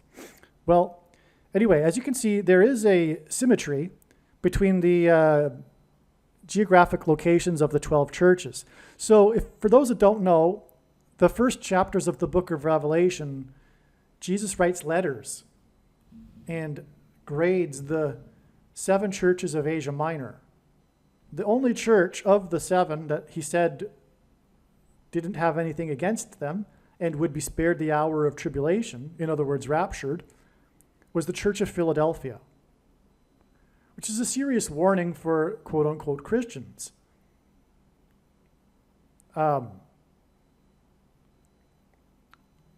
Saying that they're not quite up to par here and that they're not going to make the escape from the tribulation. The Church of Laodicea, and by the way, many people, including myself, believe that these seven churches, what Jesus wrote about them, is symbolic of the seven stages of church history, and therefore the Church of Laodicea describes the modern evangelical church. And when you read it, it most certainly does when you have a proper understanding of doctrine and soteriology, and you understand what the Nicolaitan doctrine of our day is that's producing the bad fruit on the bad tree.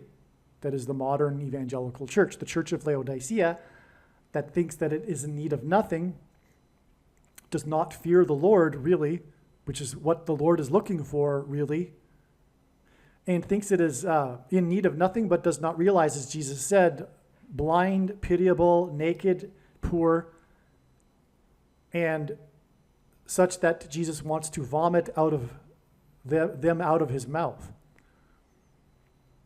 But Jesus, as Jesus said to this church, he reproves whom he loves, which will be the purpose of the tribulation, reproving them. He reproves whom he loves, and he is still knocking at the door, which is quite something because it says that, in other words, Jesus isn't inside this church. He is knocking on the door, and this church isn't letting him inside. They think he's inside, but they're not letting him inside the church. He's knocking on the door. This is the church, the American church, the Church of Laodicea, the evangelical church, the modern church, which doesn't only apply to the evangelical churches in America. America has spread this brand of Christianity around the world, and these churches around the world are likewise deceived. Literally, it is deception from Satan, their doctrine. For example, once saved, always saved. It is rooted in Gnosticism, which is satanic. Anyway, enough of the theology here. Make sure you watch the 23 church signs video on this channel. If you are a Christian, you should recognize, in my opinion, once the prediction comes to pass, that will be the most important video on this channel for you. The 23 church signs video on this channel. Okay, so back to what I was saying here. So we see the parallel here, right? Between Pleiades and the seven churches. Okay, now here is Revelation 15, and speaking of this sign, and I saw another sign in heaven. He's saying another because the first one was the Revelation chapter 12 sign, which was fulfilled in the night sky on September 23rd, 2017. As I'm saying, this sign will be fulfilled on the 9th of Av in 2024, and it was believed that this would be the case since 2017. Okay, and the reason why I say 2017 is because someone else discovered this connection, and I don't know when they discovered it. I think it would have been, you know what, I really don't know. The late Dan Matson had it on his website, and I'm not sure if he was the person that discovered it. He might have been, but it was discovered before even 2017, that's for sure. And I saw another sign in heaven, great and marvelous, 7 angels having the 7 plagues, the last plague. So it's talking about 7 angels and them having 7 plagues. Well, Pleiades has 7 stars, right? Hinting at the 7 churches, which is another 7 in the book of Revelation. Well, it says that these 7 angels have the last 7 plagues. But then it talks later in this chapter about how these plagues are administered. When the 4 beasts give the 7 angels 7 golden vials or bowls, okay? Depending on the translation, they're 7 bowls full of the wrath of God, who liveth forever and ever. And then the temple was filled with smoke from the glory of God and from his power, and no man was able to enter into the temple till the 7 plagues of the 7 angels were fulfilled. So then the preceding chapters go on to describe each bowl being poured out onto the earth. So it's a bowl or a cup, if you will. So back to the sign in the night sky. We have here part of Taurus, Pleiades.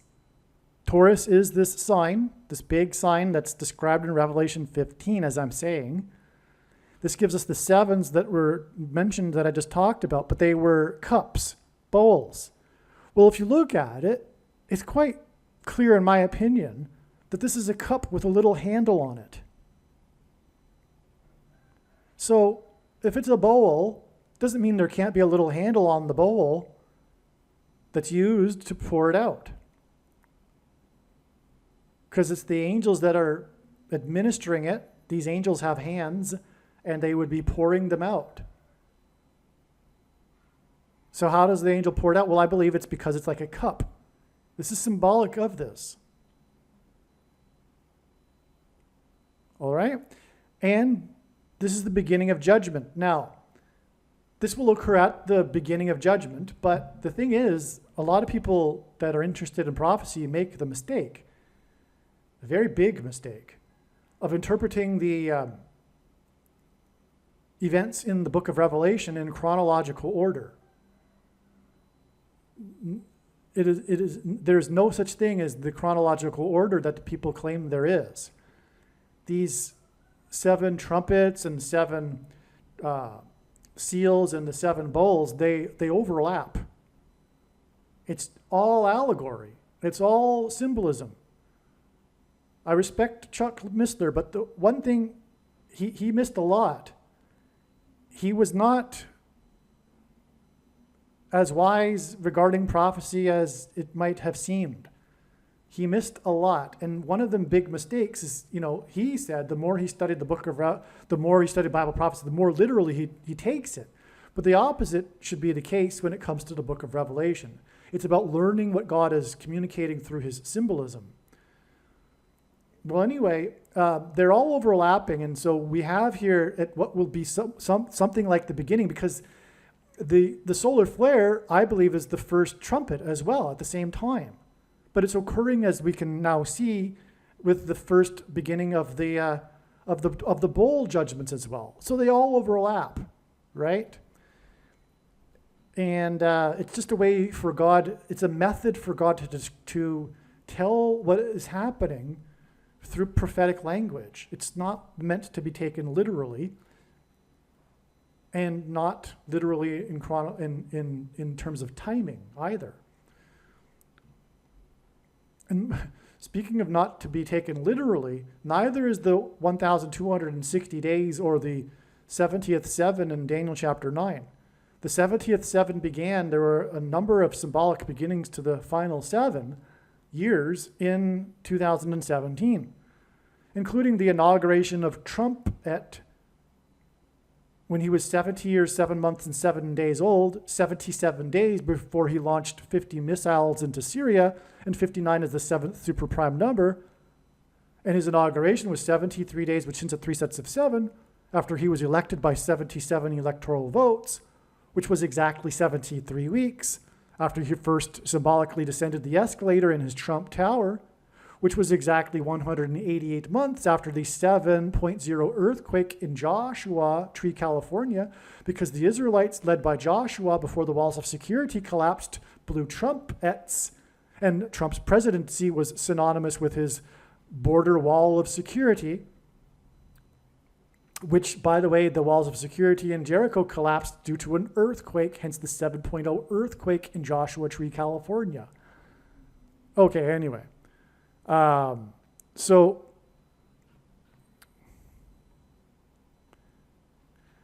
you get what's going on here. This is the Revelation 15 sign. Now the 9th of Av is this date here, but what's neat about it is that Mars is in between Pleiades and Jupiter, but on reconsideration, that doesn't mean much. It's closest on the 15th and 14th. Okay, so anyway, like I'm saying, this is symbolic of the church, right? The 7 churches. This is symbolic of the meeting of the church, the conjunction.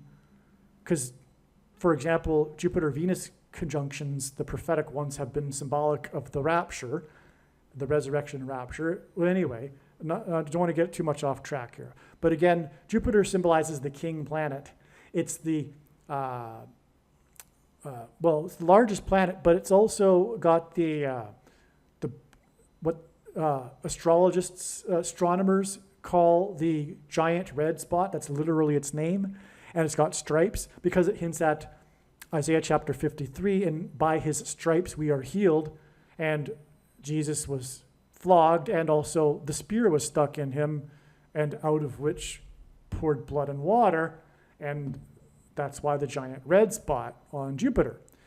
Now, one last amazing thing to talk about here regarding Jupiter and how this 9th of Av date was known to be the big important date since, years ago, since 2016 or whatever.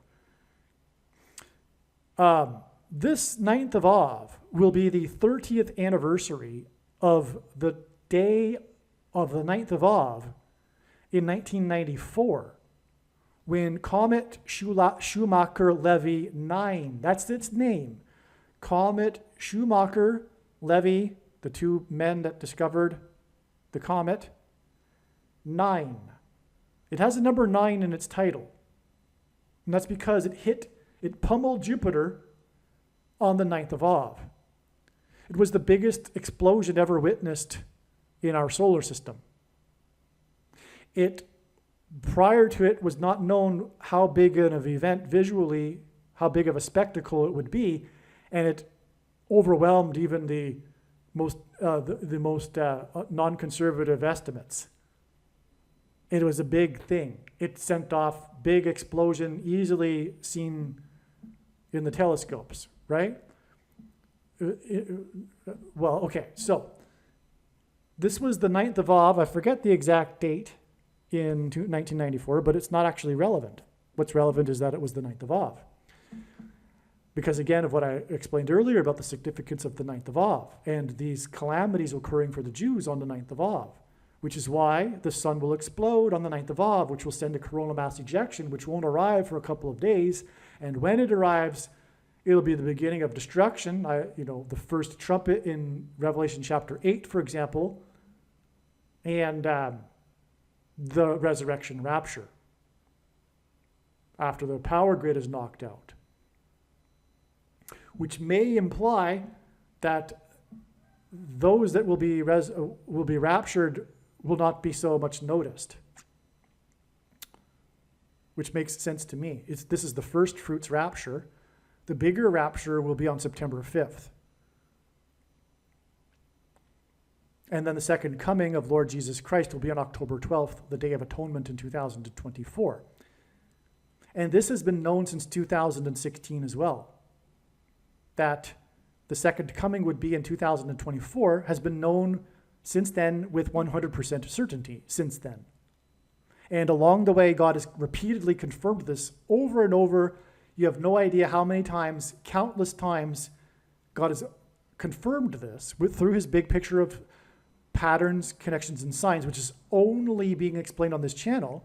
And the reason why this prediction, the prediction for the death of Jimmy Carter on July 1st, followed by James Earl Jones on July 5th, the reason for this prediction, make no mistake, it is to prove that this is God's true big picture of signs, patterns, and connections.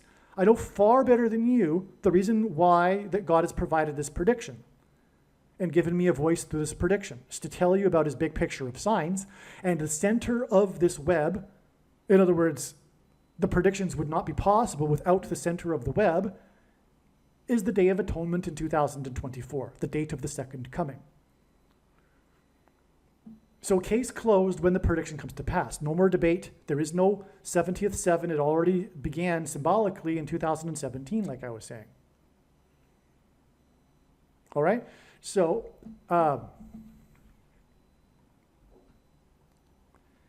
now, this 9th of Av sign here, the Revelation 15 sign, exactly 30 years after the 9th of Av, and by the way, it was the comet prior to it hitting Jupiter broke up into 21 distinct fragments, and they labeled them with the letters of the alphabet, and there were 21, which is 7 plus 7 plus 7, and the Israelites enacted a symbolic 3 sets of 7 before the walls of security collapsed on Jericho, which is symbolic of the walls of security collapsing on America, God's Gentile nation that he has blessed and had his hand on.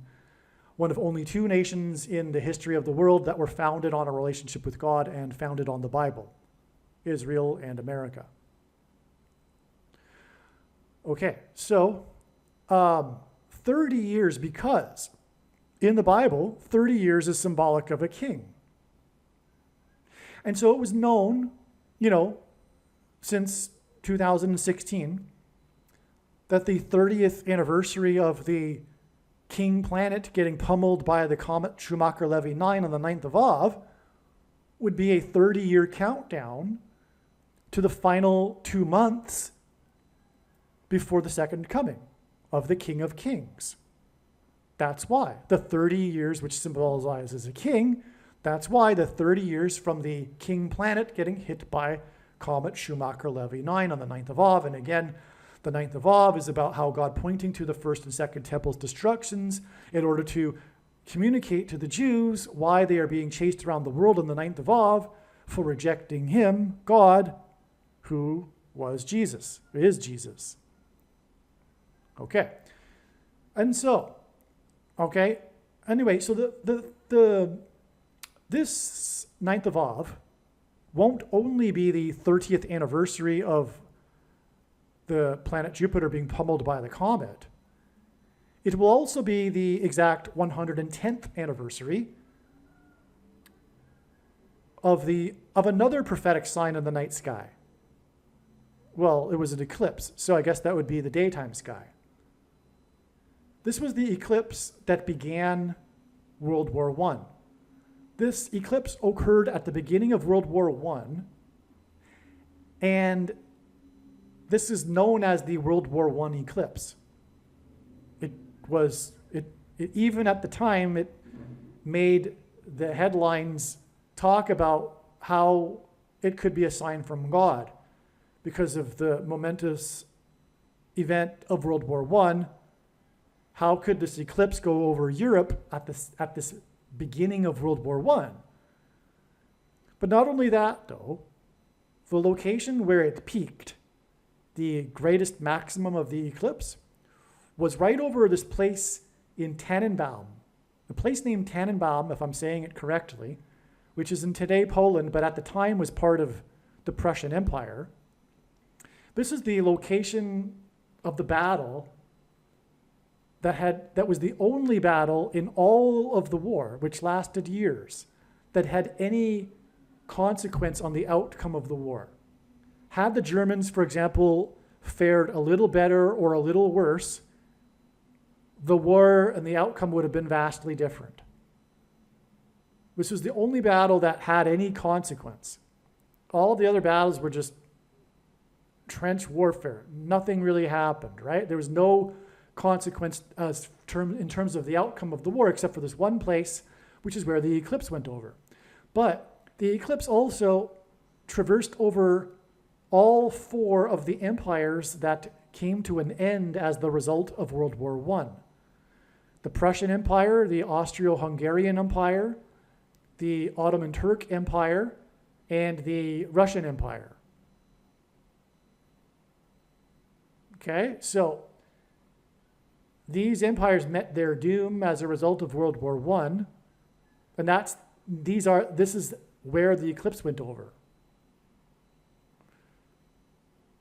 All right, and it's because the eclipse also went over Palestine.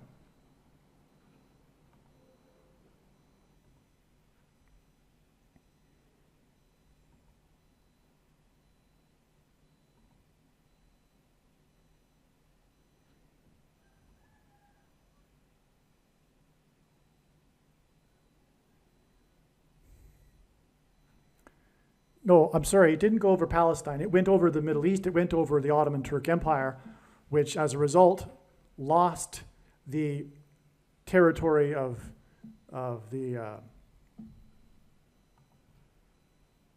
Palestine, and which led to the League of Nations and the British Mandate, which led to the Balfour Declaration, which allowed the emigration of Jews back to the homeland of Israel, declared that Israel be a homeland for the Jews, Palestine.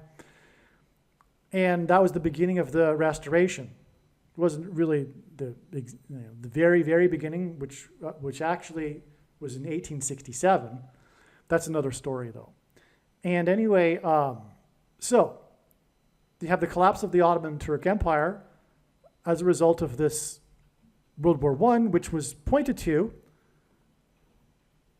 with the eclipse, all right? Now, that was on the 9th of Av. This will be the 110th anniversary of that, this symbolic beginning of the restoration of Israel. When the disciples asked for the signs of his return, Jesus replied, talking about there being rumors of wars and nation rising up against nation. He was speaking of World War I, and he mentioned how it would be the beginning of birth pains.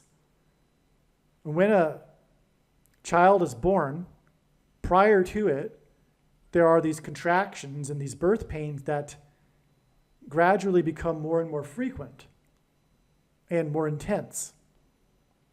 So that's why Jesus used this metaphor of birth pains. This was the beginning of the birth pains of the restoration of Israel, which is birthing the Messianic age and the 1,000 years of peace, during which Jesus will rule while he dwells in Jerusalem in the Temple Mount, in the temple on the Temple Mount, for the 1,000 years of peace. And so that's this, process of this restoration of the Jews back to Israel, which really began with the Balfour Declaration, which was the result of the Ottoman Turks losing their rule over the territory, I believe, after exactly 500 years. But so anyway, that was why World War I was so significant, and why the signs pointed to this, including the eclipse. Well, again, we are talking about another sign in the sky exactly 110 years later.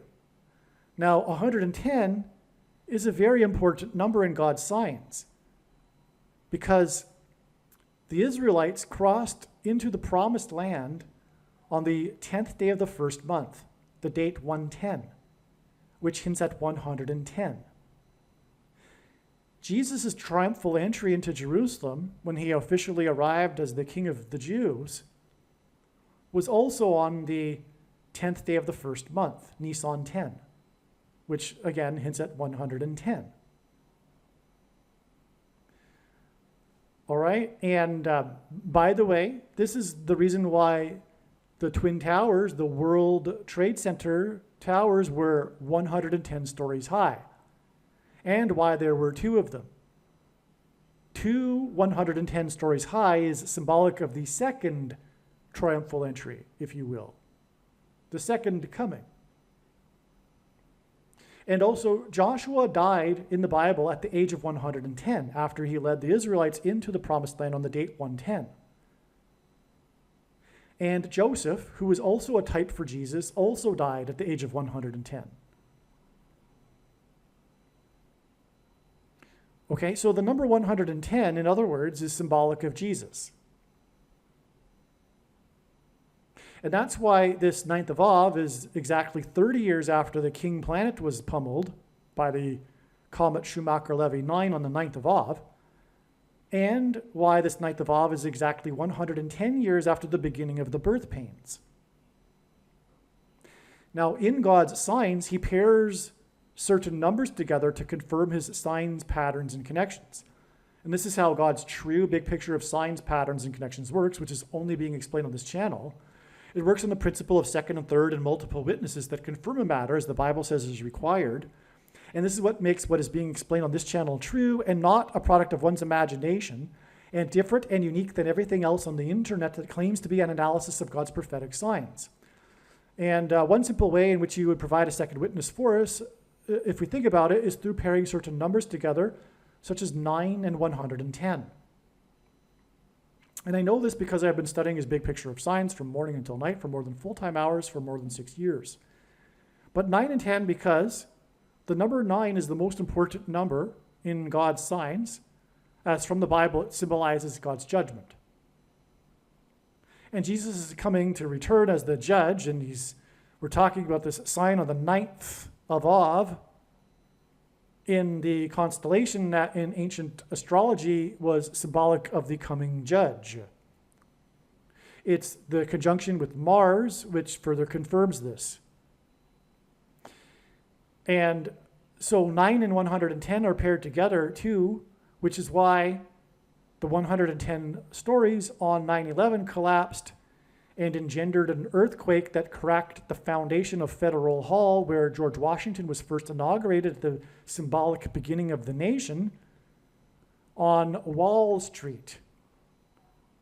And Wall Street, as in Joshua and the Israelites that marched around the walls of security before they collapsed in God's judgment, And Joshua died at the age of 110, hence the 110 stories that cracked the foundation of Federal Hall and Wall Street. Wall Street was named after the 9-foot-high wall of security that the Dutch built to keep the British and the Indians out. That's why 9 and 110. On the prophetic 20th anniversary of the collapse of the towers was the collapse of Afghanistan, and the iconic images of the big cargo plane taking off down the runway with Afghanis running after it and hanging onto it and falling from it.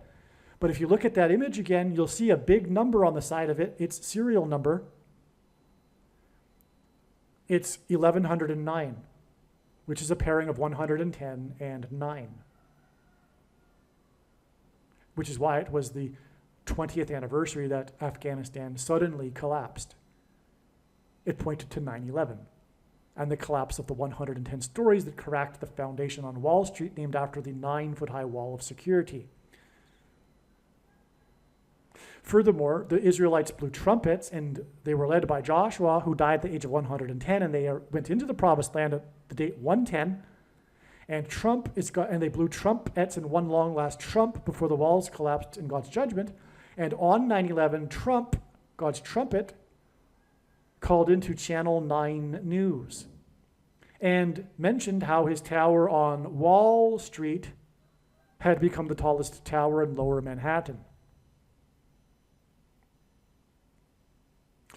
Okay, so this is like the ultimate pairing of 9 and 110.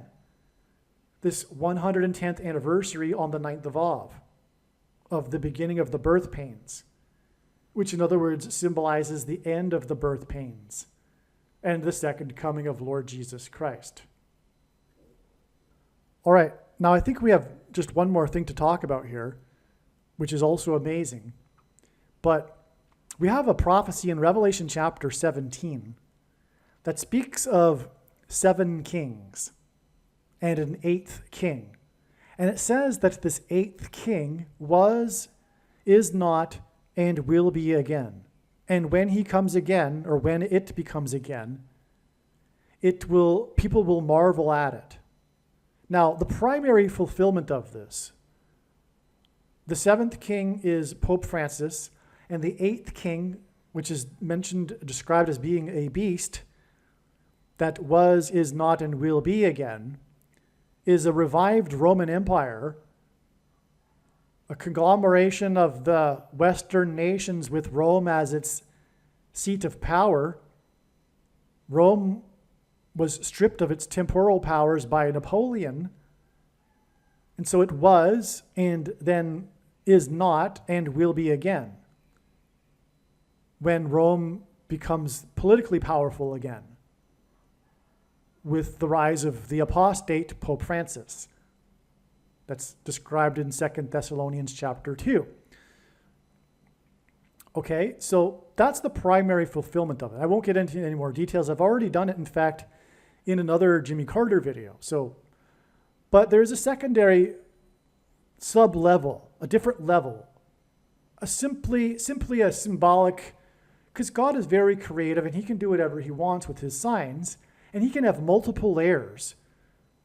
This isn't the literal primary fulfillment, but it's a secondary fulfillment on a lower level, if you will, okay?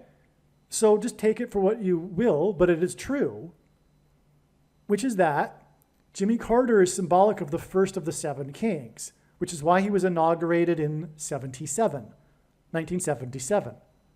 This leads us to the 7th president since then, Jimmy Carter 1, Reagan 2, Bush Sr. 3, Clinton 4, Bush Jr. 5, Obama 6, Trump 7.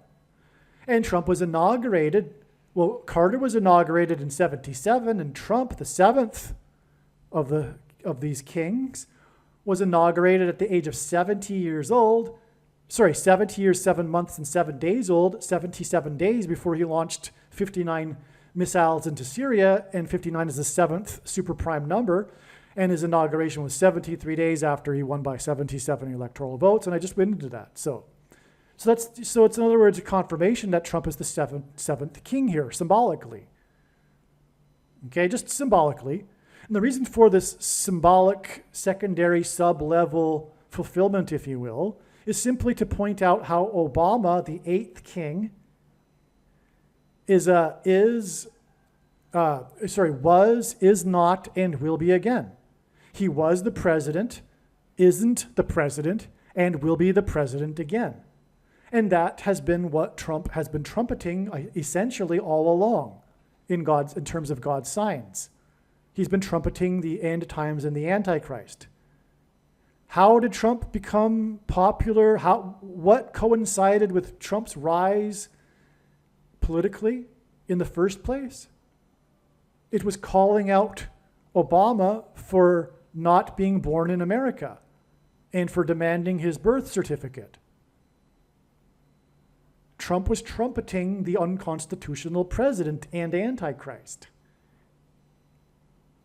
which is why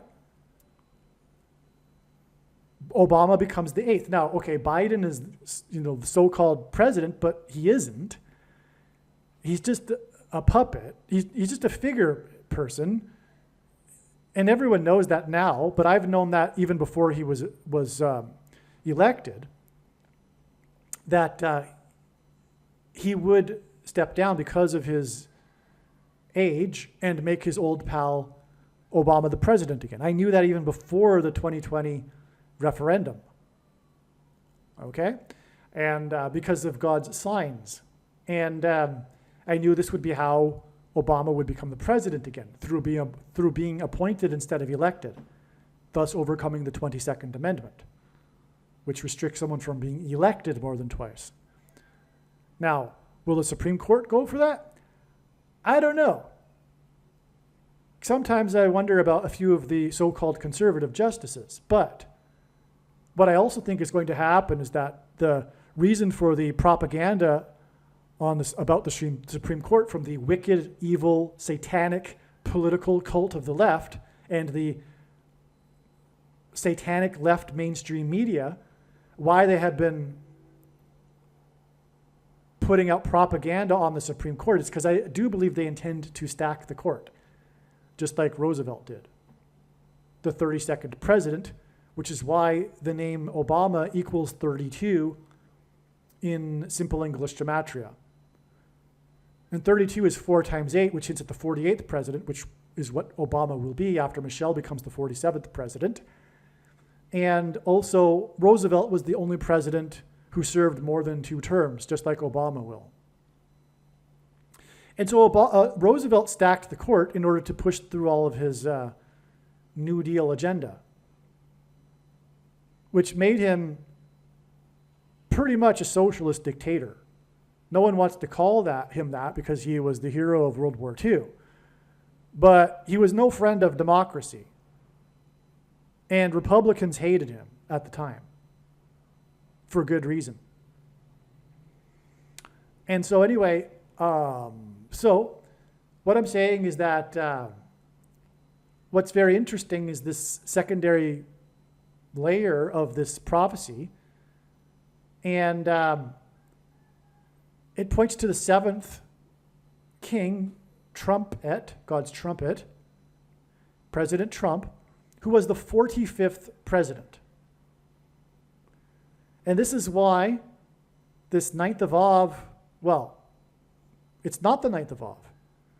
The sign of the Revelation 15 sign will be on the 15th of August, and the power and the coronal mass ejection will hit late night on the 14th or 15th, okay? So, and August 15th is 45 days after the predicted death of Jimmy Carter. Okay, so again, with this 7 kings secondary fulfillment of this prophecy, Jimmy Carter is pointing to the 7th king, the 45th president, which is why the beginning of the end times, if you will be 45 days, or rather I should say the last trump, the resurrection rapture, will be 45 days, as in the 45th president, after the death of Jimmy Carter. Because Jimmy Carter, again, is pointing to the 45th president through this prophecy. And the last trump is a phrase the Apostle Paul used in regards to the Resurrection Rapture, which is why the Resurrection Rapture will be 45 days because of Trump at the 45th president after the death of Jimmy Carter. Now, also, August 15th, and I've known this long before this video, and I'm making this video on the day of all of this being discovered, the same day. But what was known for quite a while now is that, because again, at the beginning of this video, I said that I believed the sun would erupt on the 13th and that this would also be the day of the rapture. But now I know that it takes a couple of days for the coronal mass ejection to reach Earth, and that will be when the rapture is. But anyway, what I have known and didn't quite know how to fit properly into the puzzle is that August 15th will be the 45th anniversary of the release of the movie Apocalypse Now. The movie Apocalypse Now is pointing to the now beginning of the apocalypse, which is now known to be 45 days after the death of Jimmy Carter, and August 15th, 45 days after the death of Jimmy Carter, will be the 45th anniversary of the movie release of Apocalypse Now, which cost $45 million to make. The movie Apocalypse Now first came onto my radar in terms of prophetic signs after the prophetic sign involving P. Diddy on March 25th, 2024, when the FBI raided his homes, which is explained in the Apocalypse Now video on this channel, the details of all of this, which is amazing. You need to watch that video. But it made me look at P. Diddy, and it was discerned that his epic video named Victory was a prophetic sign. This video, Victory, is 8 minutes long. It's known for being a long video. It's like a mini movie, if you will. And it's apocalyptic. P. Diddy is being chased around. It's nighttime. It's apocalyptic. It's in the future, in an apocalyptic future. It's a reminiscent of the movie Running Man. So this movie is apocalyptic. And in this video, the video is apocalyptic. And in this video stars Dennis Hopper. Dennis Hopper, who starred in this apocalyptic video named Victory, starred in the movie Apocalypse Now. Okay? And that's how the movie Apocalypse Now came onto the radar, because I realized that through P. Diddy, he was pointing to his apocalyptic video starring Dennis Hopper in order to point to the movie Apocalypse Now. And that was realized, within a day or two after March 25th. Then came April 5th, the date 4-5, which hints at 45. And on that day, P. Diddy posted on social media a link to his video, Victory, which points to Apocalypse Now, which cost $45 million to make. And P. Diddy posted his video, Victory, and that's all his post was, because he was posting it in defiance of the ganging up on him in the media, rightly so, now we know. But anyway, him being charged, he was, fighting back, if you will, saying that he was going to be victorious, whatever. But he posted his video Victory on the date 4-5, which hints at 45. And the video points to Apocalypse Now, which cost $45 million to make. And not only that, $9 million of the $45 million was spent on promoting the movie, Apocalypse Now. The number 45 is the 9th triangular number. In a triangle of numbers, the last number in the 9th row is 45. The reason why it's significant that it cost $9 million to promote it is because that's an unusually significant amount. That's why it's mentioned on the Wikipedia page for the movie, for example. It's designed by God, in other words. And so on the date 4/5, which ends at 45, P. Diddy posted his video Victory, which hinted at the Apocalypse Now movie starring Dennis Hopper, which cost $45 million to make, 9 of which was spent on promotion. And on the 45th anniversary of this movie that cost $45 million to make will be the Resurrection Rapture and the beginning of the Apocalypse Now, shortly after the 9th of Av, when the sun erupts. And the movie poster for Apocalypse Now is a blood red sun and a sunset river, which could be interpreted as a river of blood.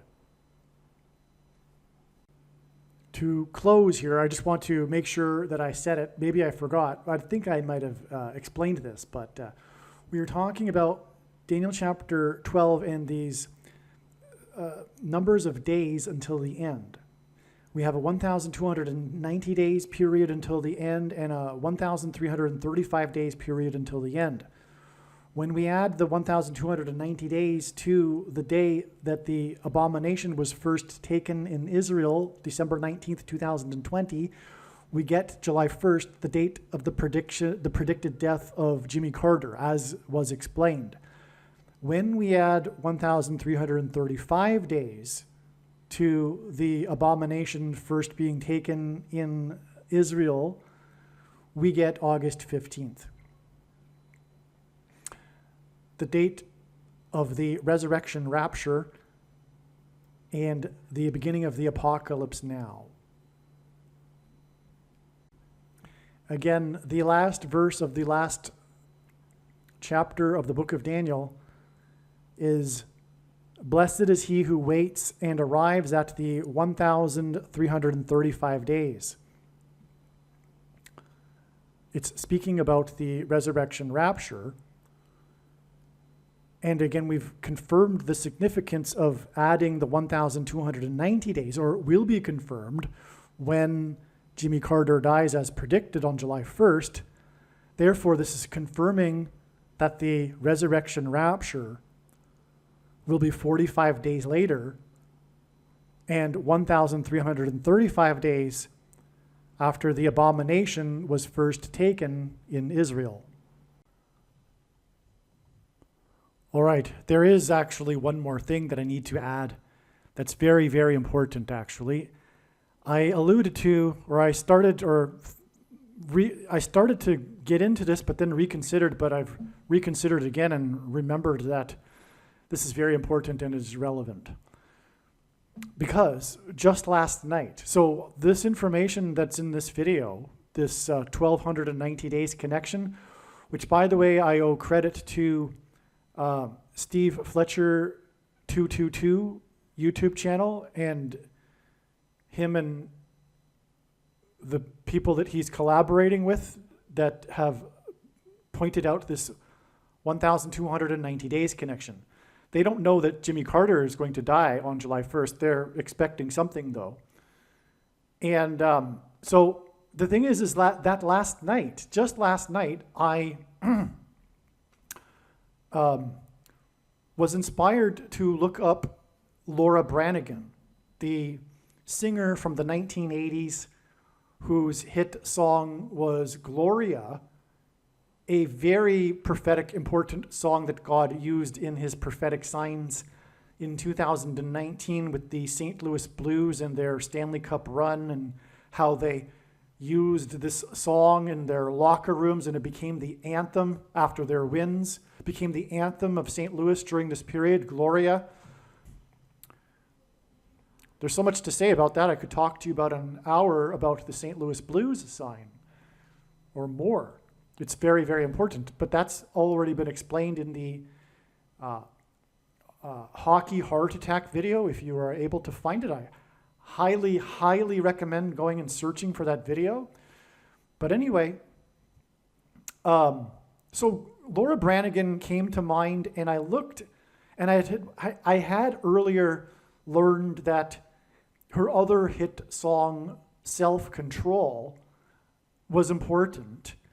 But now that the bigger picture has become clearer since I last thought about Laura Branigan, which would have been late last year, I thought to look it up again, and sure enough, it's very important. So the song Self-Control, which is a very dark, hedonistic song, and so you get if you don't remember the song, it's, she's losing her self-control. She's a creature of the night. She hasn't got the will to try and fight. Okay, and apparently I just read on Wikipedia that someone said that the song was written about searching for.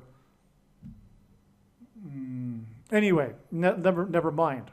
So the point is, though, is that this is symbolism for what is coming, which is demonic possession, people losing their self-control. And those that will be demonically possessed are those that have taken the thing. And today it was learned, courtesy of Steve Fletcher, it was brought to my attention with a video that he made, that December 19th was the first date in which someone in Israel took the thing. I had prior to this been focused on the first date that someone took the mark of the Antichrist in the US, which arguably, I'm sure, is a more important date in general in terms of God's prophetic signs, because there's so many profound connections. Anyway. So December 13th, 2020 is the date that the first Israeli took the thing, including, I believe, the leader of Israel. And what I was about to start explaining was that was a date that I already knew was a prophetic sign. And coincidentally, last night I was thinking that it's so amazing how God works, because just last night, literally, before I went to bed, I was thinking there should be another prophetic sign on that date, but I don't know what it is. And then the next morning, a friend of mine sent the Steve Fletcher video, and then this happened. This is how it works. Over and over, God aligns these things like this learning. Okay, so the sign that occurred on December 19th, 2020 that I already knew about, which I was starting to get into, which was the double. This was the time in which there were two SpaceX Dragon capsules docked at the International Space Station.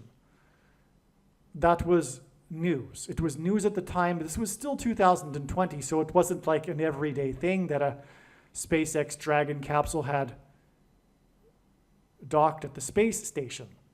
But there were, at this time, two docked at the space station, and this made it especially newsworthy. And that was symbolism for the two antichrists that are described in Bible prophecy. Revelation chapter 13 speaks of two antichrists, for example. Okay, and so, of course, the dragon is a metaphor for the Antichrist used in Revelation chapter 12 and Revelation chapter 13, because the second of the two Antichrists, Barack Obama, is said to speak like a dragon.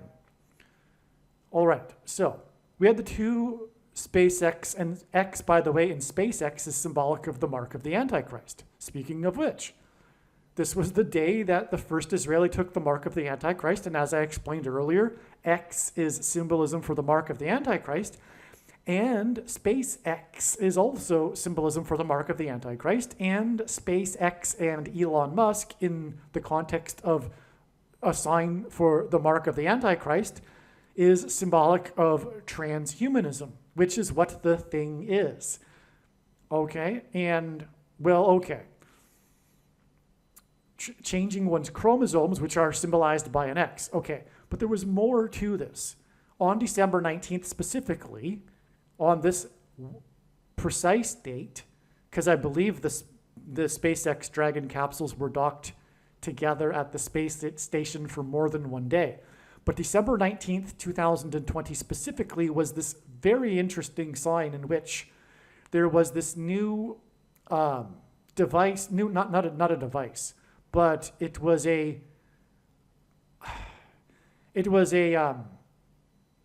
I don't know, a thing, okay? It was a thing. It wasn't a device, it wasn't a contraption, because it was a large thing that is being installed or was installed on the state for a new method of docking at the space station. It was the installation of a new airlock named the Bishop Airlock. I forget the name of the company that produced this, but they named this new innovation for docking at the space station. They named it the Bishop Airlock. And the company claims that the name Bishop is inspired by chess because of the way that the airlock works. It has something to do with moving diagonally, and that's how a bishop moves on the chessboard. But either they are lying or it's 100% from God. If they are lying, it's still from God, it's just that they knew all along the true meaning of the name bishop. Or it's concealed and they really don't know, and they actually sincerely named it after the chess piece bishop, but I doubt it. I think it's a tongue-in-cheek thing that's a secret within the company, but I could be wrong. They might be completely oblivious to the fact that the name bishop is the name of the character, the android, artificial intelligent character. Well, you know what an android is. It's a robot that is like a human in science fiction. In the movie, the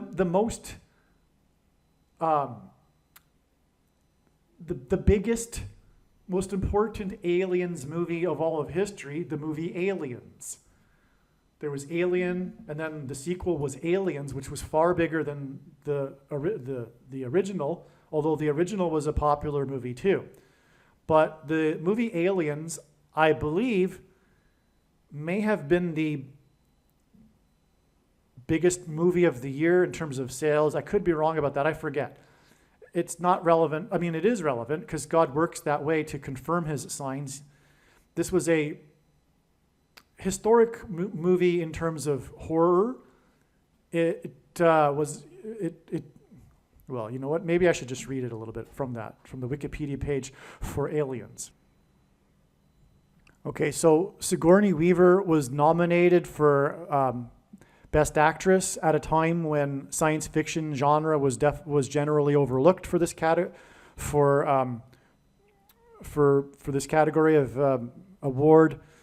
The movie was one of the highest grossing films of 1986, and Aliens is now considered among the greatest films of the 1980s and among the best science fiction, action, and sequel films ever made, considered equal or better to Alien, the first movie in the series.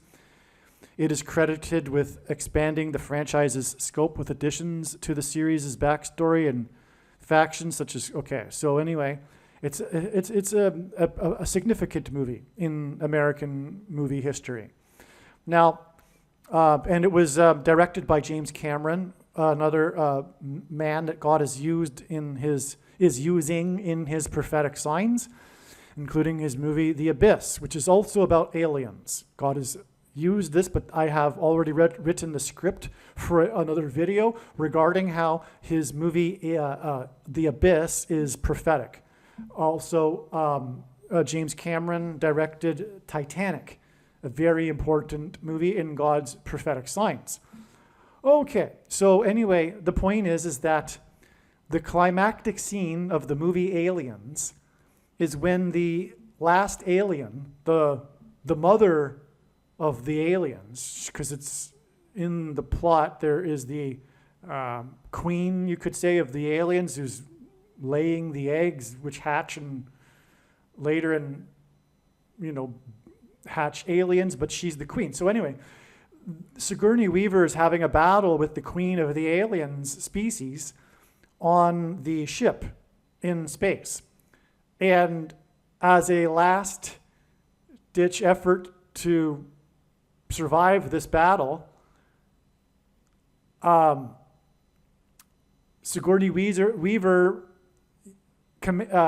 tells the android character, who no longer has a bottom, he's only, his bottom part was cut off. He's just arms and a head and a chest. But he drags himself across the floor, the android, and pulls the lever, opening the airlock and letting all of the air out of the bay, the whatever you want to call it, the area in which the characters are in on the spaceship. And this thus flushes everything out into space that's not locked down. Sigourney Weaver is hanging on to something, and so is the android named Bishop, while the alien is flushed out and then is spat out into space, and this is the climax of the movie Aliens. Okay, so in other words, in the movie Aliens, the character Bishop saves the day with the airlock. Okay, and that's why I have a hard time believing that the company didn't name their airlock after Bishop from the movie Aliens, and instead named it after the chess piece, okay? But the point is that it is a prophetic sign. That ultimately is communicating, like other signs in God's big picture of signs, that demons will soon make them manifest themselves openly, pretending to be aliens. And the Antichrist, Pope Francis and Barack Obama, will be all for this. And Pope Francis will claim that the aliens have made him the ambassador for the world. Now, earlier, I think in this video, I mentioned that May 2nd was the beginning of the final 1,260 days, although I could be confused with the video that I made yesterday. But anyway, that day was May 2nd, and that was the splashdown of the SpaceX crew. Long story short, that was symbolic. The Dragon capsule with the Dragon crew splashing down was symbolic of the beginning of the final 1,260 days. That is described in Revelation chapter 12, when the dragon and his minions, his fallen angels, are thrown down from heaven to earth, which is what is symbolized when the Dragon capsule and the Dragon crew fall from the second heaven, outer space, and splash down on earth. Okay, and that was exactly 19 weeks after the 19th of December in 2020, the Bishop Airlock Day. That was the day that the Bishop Airlock was installed onto the space station. And now we know it was also the day that the first Israeli took the thing, the mark of the Antichrist. The exact 19 weeks is relevant because it hints at 9/11, and Revelation 9/11 is symbolic of the fallen angels crossing over into the earthly realm and pretending to be aliens. Also, it is 133 days, and that hints at the 44th semi-prime number, which identifies the second of the two antichrists, the 44th president. Okay, so anyway, and then, 133 days later, which hints at the 44th president, we have the beginning of the final symbolic 1,260 days that ends on the Day of Atonement, October 12th, 2024, the day of the second coming, when the antichrists will be defeated by Lord Jesus Christ. Okay, so back to what I was saying about Laura Branigan. What I had learned last night is that the song Self-Control, again, all of this is leading to demonic possession of those who have taken the mark of the Antichrist. And that's what is alluded to with the name of the song and the lyrics of the song, Self-Control, which was released on April 19th,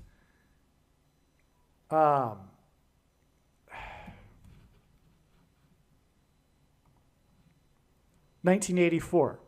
Okay, it was released on April 19th, 1984, exactly 440 months before December 19th, 2020,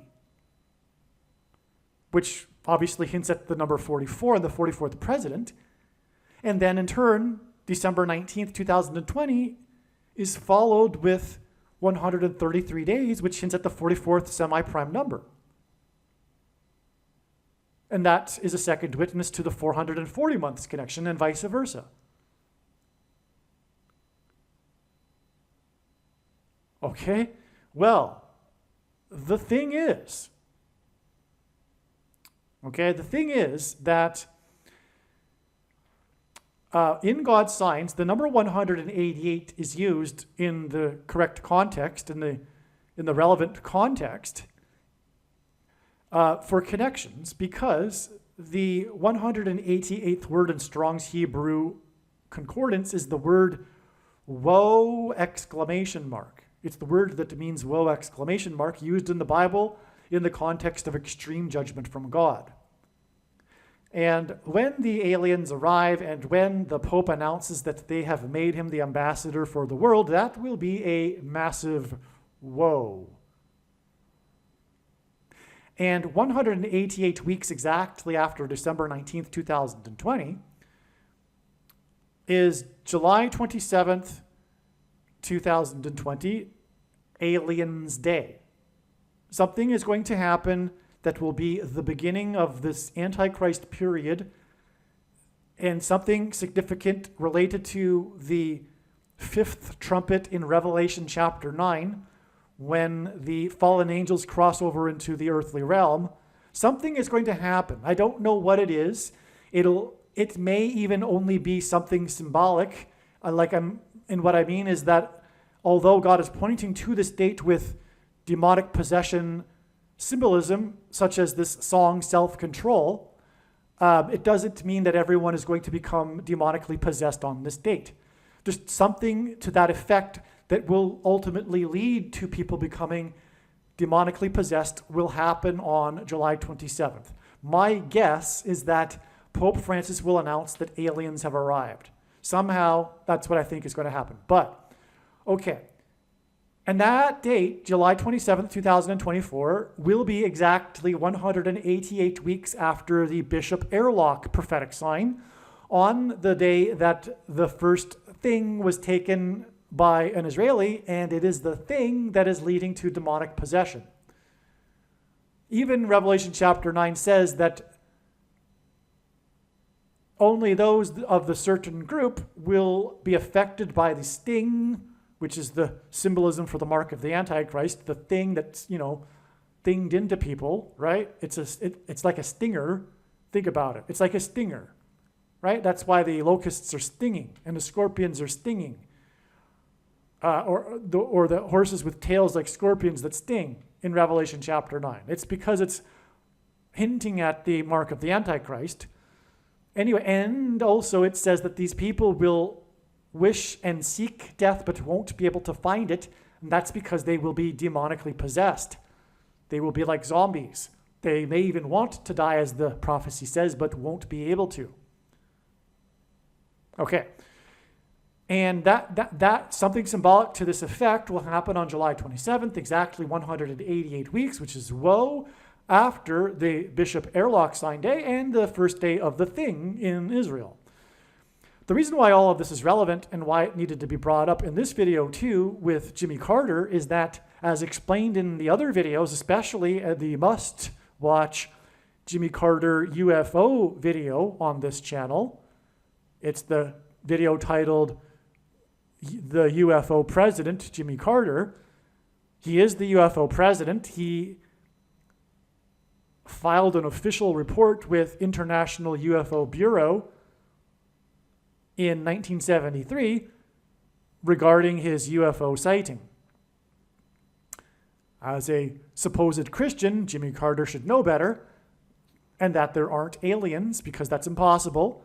Because if one has a true biblical worldview, which those that believe it's possible for there to be aliens don't have, they'll know the truth is that it is impossible because God became a man, and the center of God's creation is man. God didn't hopscotch around the universe, dying on crosses for the sins of aliens also. Okay, so anyway, that's why this is all relevant, because, again, the date, December 19th, 2020, the date that the first Israeli took the thing, is 1,290 days before it is predicted that Jimmy Carter will die on July 1st, but December 19th, 2020 is also exactly 188 weeks to UFO Day, and Jimmy Carter is the UFO president. All right. This now brings up something new. I thought the video was over once again, but I just remembered now, and I hadn't thought about this particular prophetic sign for probably, quite a long time.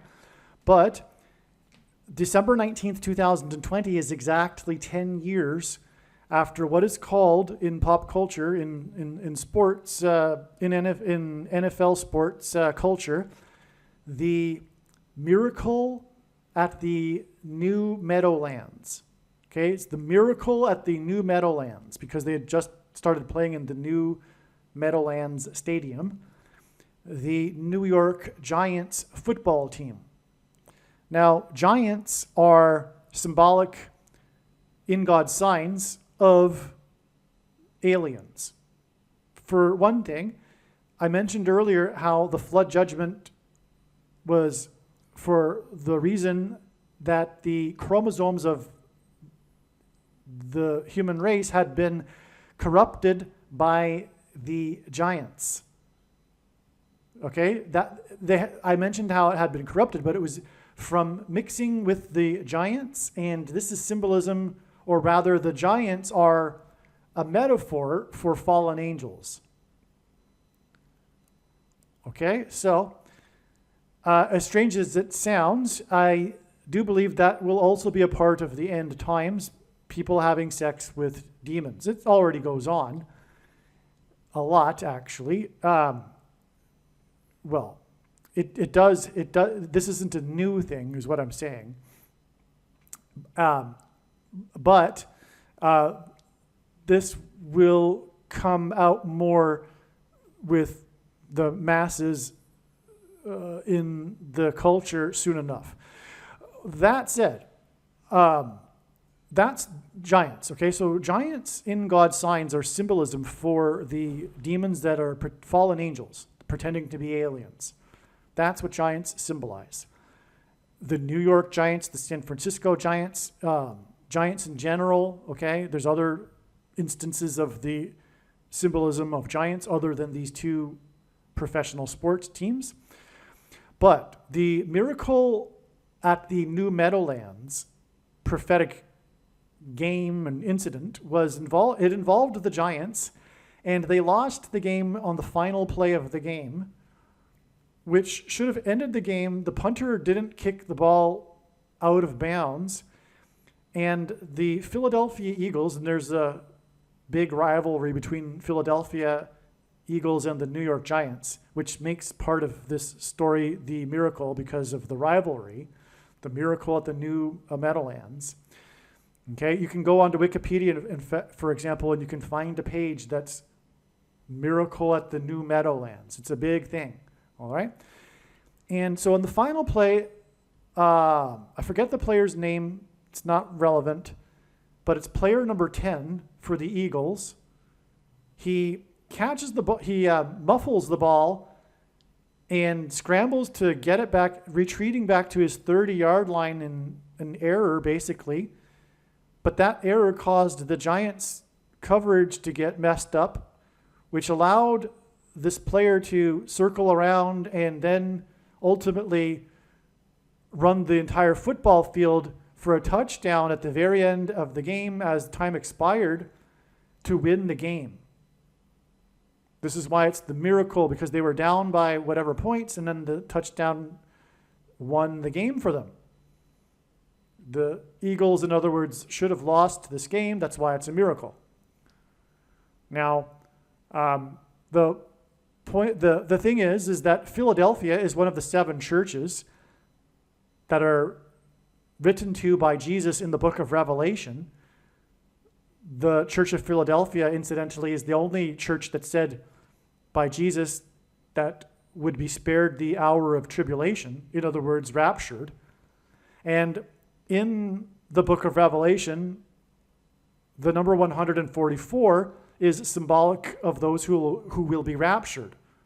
Well, December 19th, 2010, the date of the miracle at the New Meadowlands, is exactly 10 years.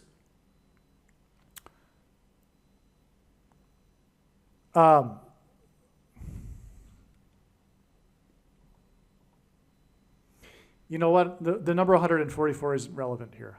Sorry. It's actually 10 years, but it's 120 months, okay? That is relevant in terms of giants, though, because in that beginning section of Genesis chapter 6 that's describing the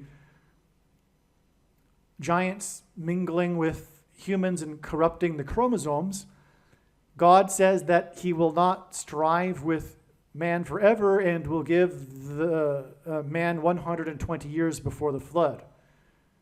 And so that's why this period of 120 months symbolizes this. It's in context, the number 120 of giants in Genesis chapter 6. Okay, so the miracle at the New Meadowlands is exactly 120 months before the Bishop Airlock sign and the first thing taken by the Israeli, which is the mark of the Antichrist, which corrupts one's chromosomes. That's the connection. It's amazing, right? So giants symbolize aliens. Giants also symbolize corrupted chromosomes. And 120 months later, we have the Bishop Airlock sign, which is symbolic of aliens. And the mark of the Antichrist, which corrupts people's chromosomes, was taken for the first time in Israel. Not only that, though, this 120 months connection is exactly 10 years. And it was player number 10.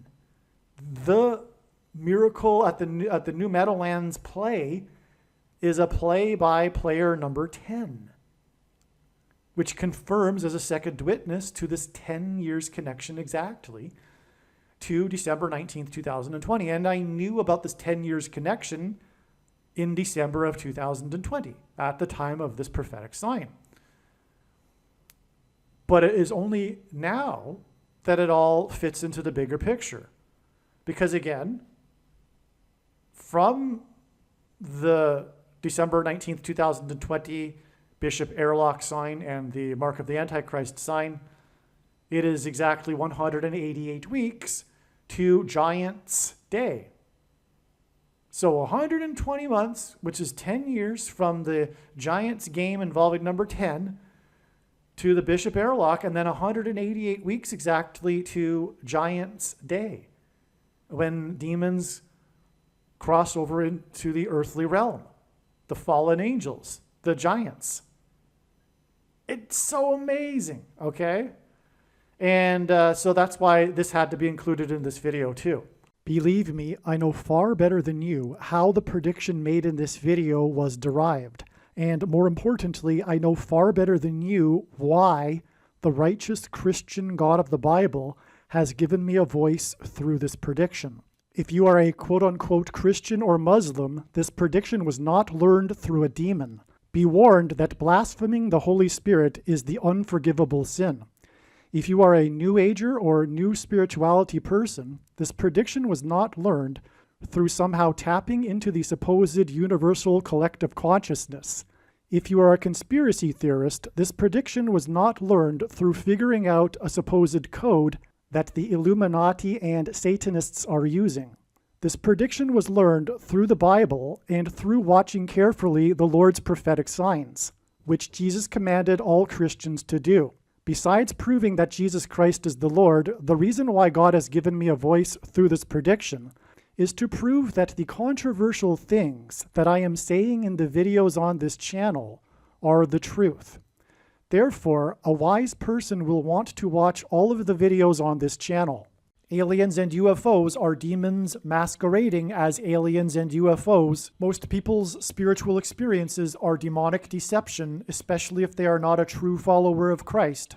God became a man and died a horrible death at the hand of the ruler of this world, Satan, and then defeated death for you, so that you too can overcome death, which is the price that must be paid for sin. It is time to repent, which means to change one's ways and turn to God and become a disciple of Jesus. Please leave a like and upvote the video, and once this prediction has come to pass, share this video with everyone you know, and more, don't stop sharing it everywhere in social media. It is essential that everyone immediately read the homepage of my website, Trump-prediction.com. If you are watching this on the YouTube platform, please note that not all of the videos are on YouTube. You need to switch to the BitChute.com or the Odyssey.com channel. And do it now in case you aren't able to later.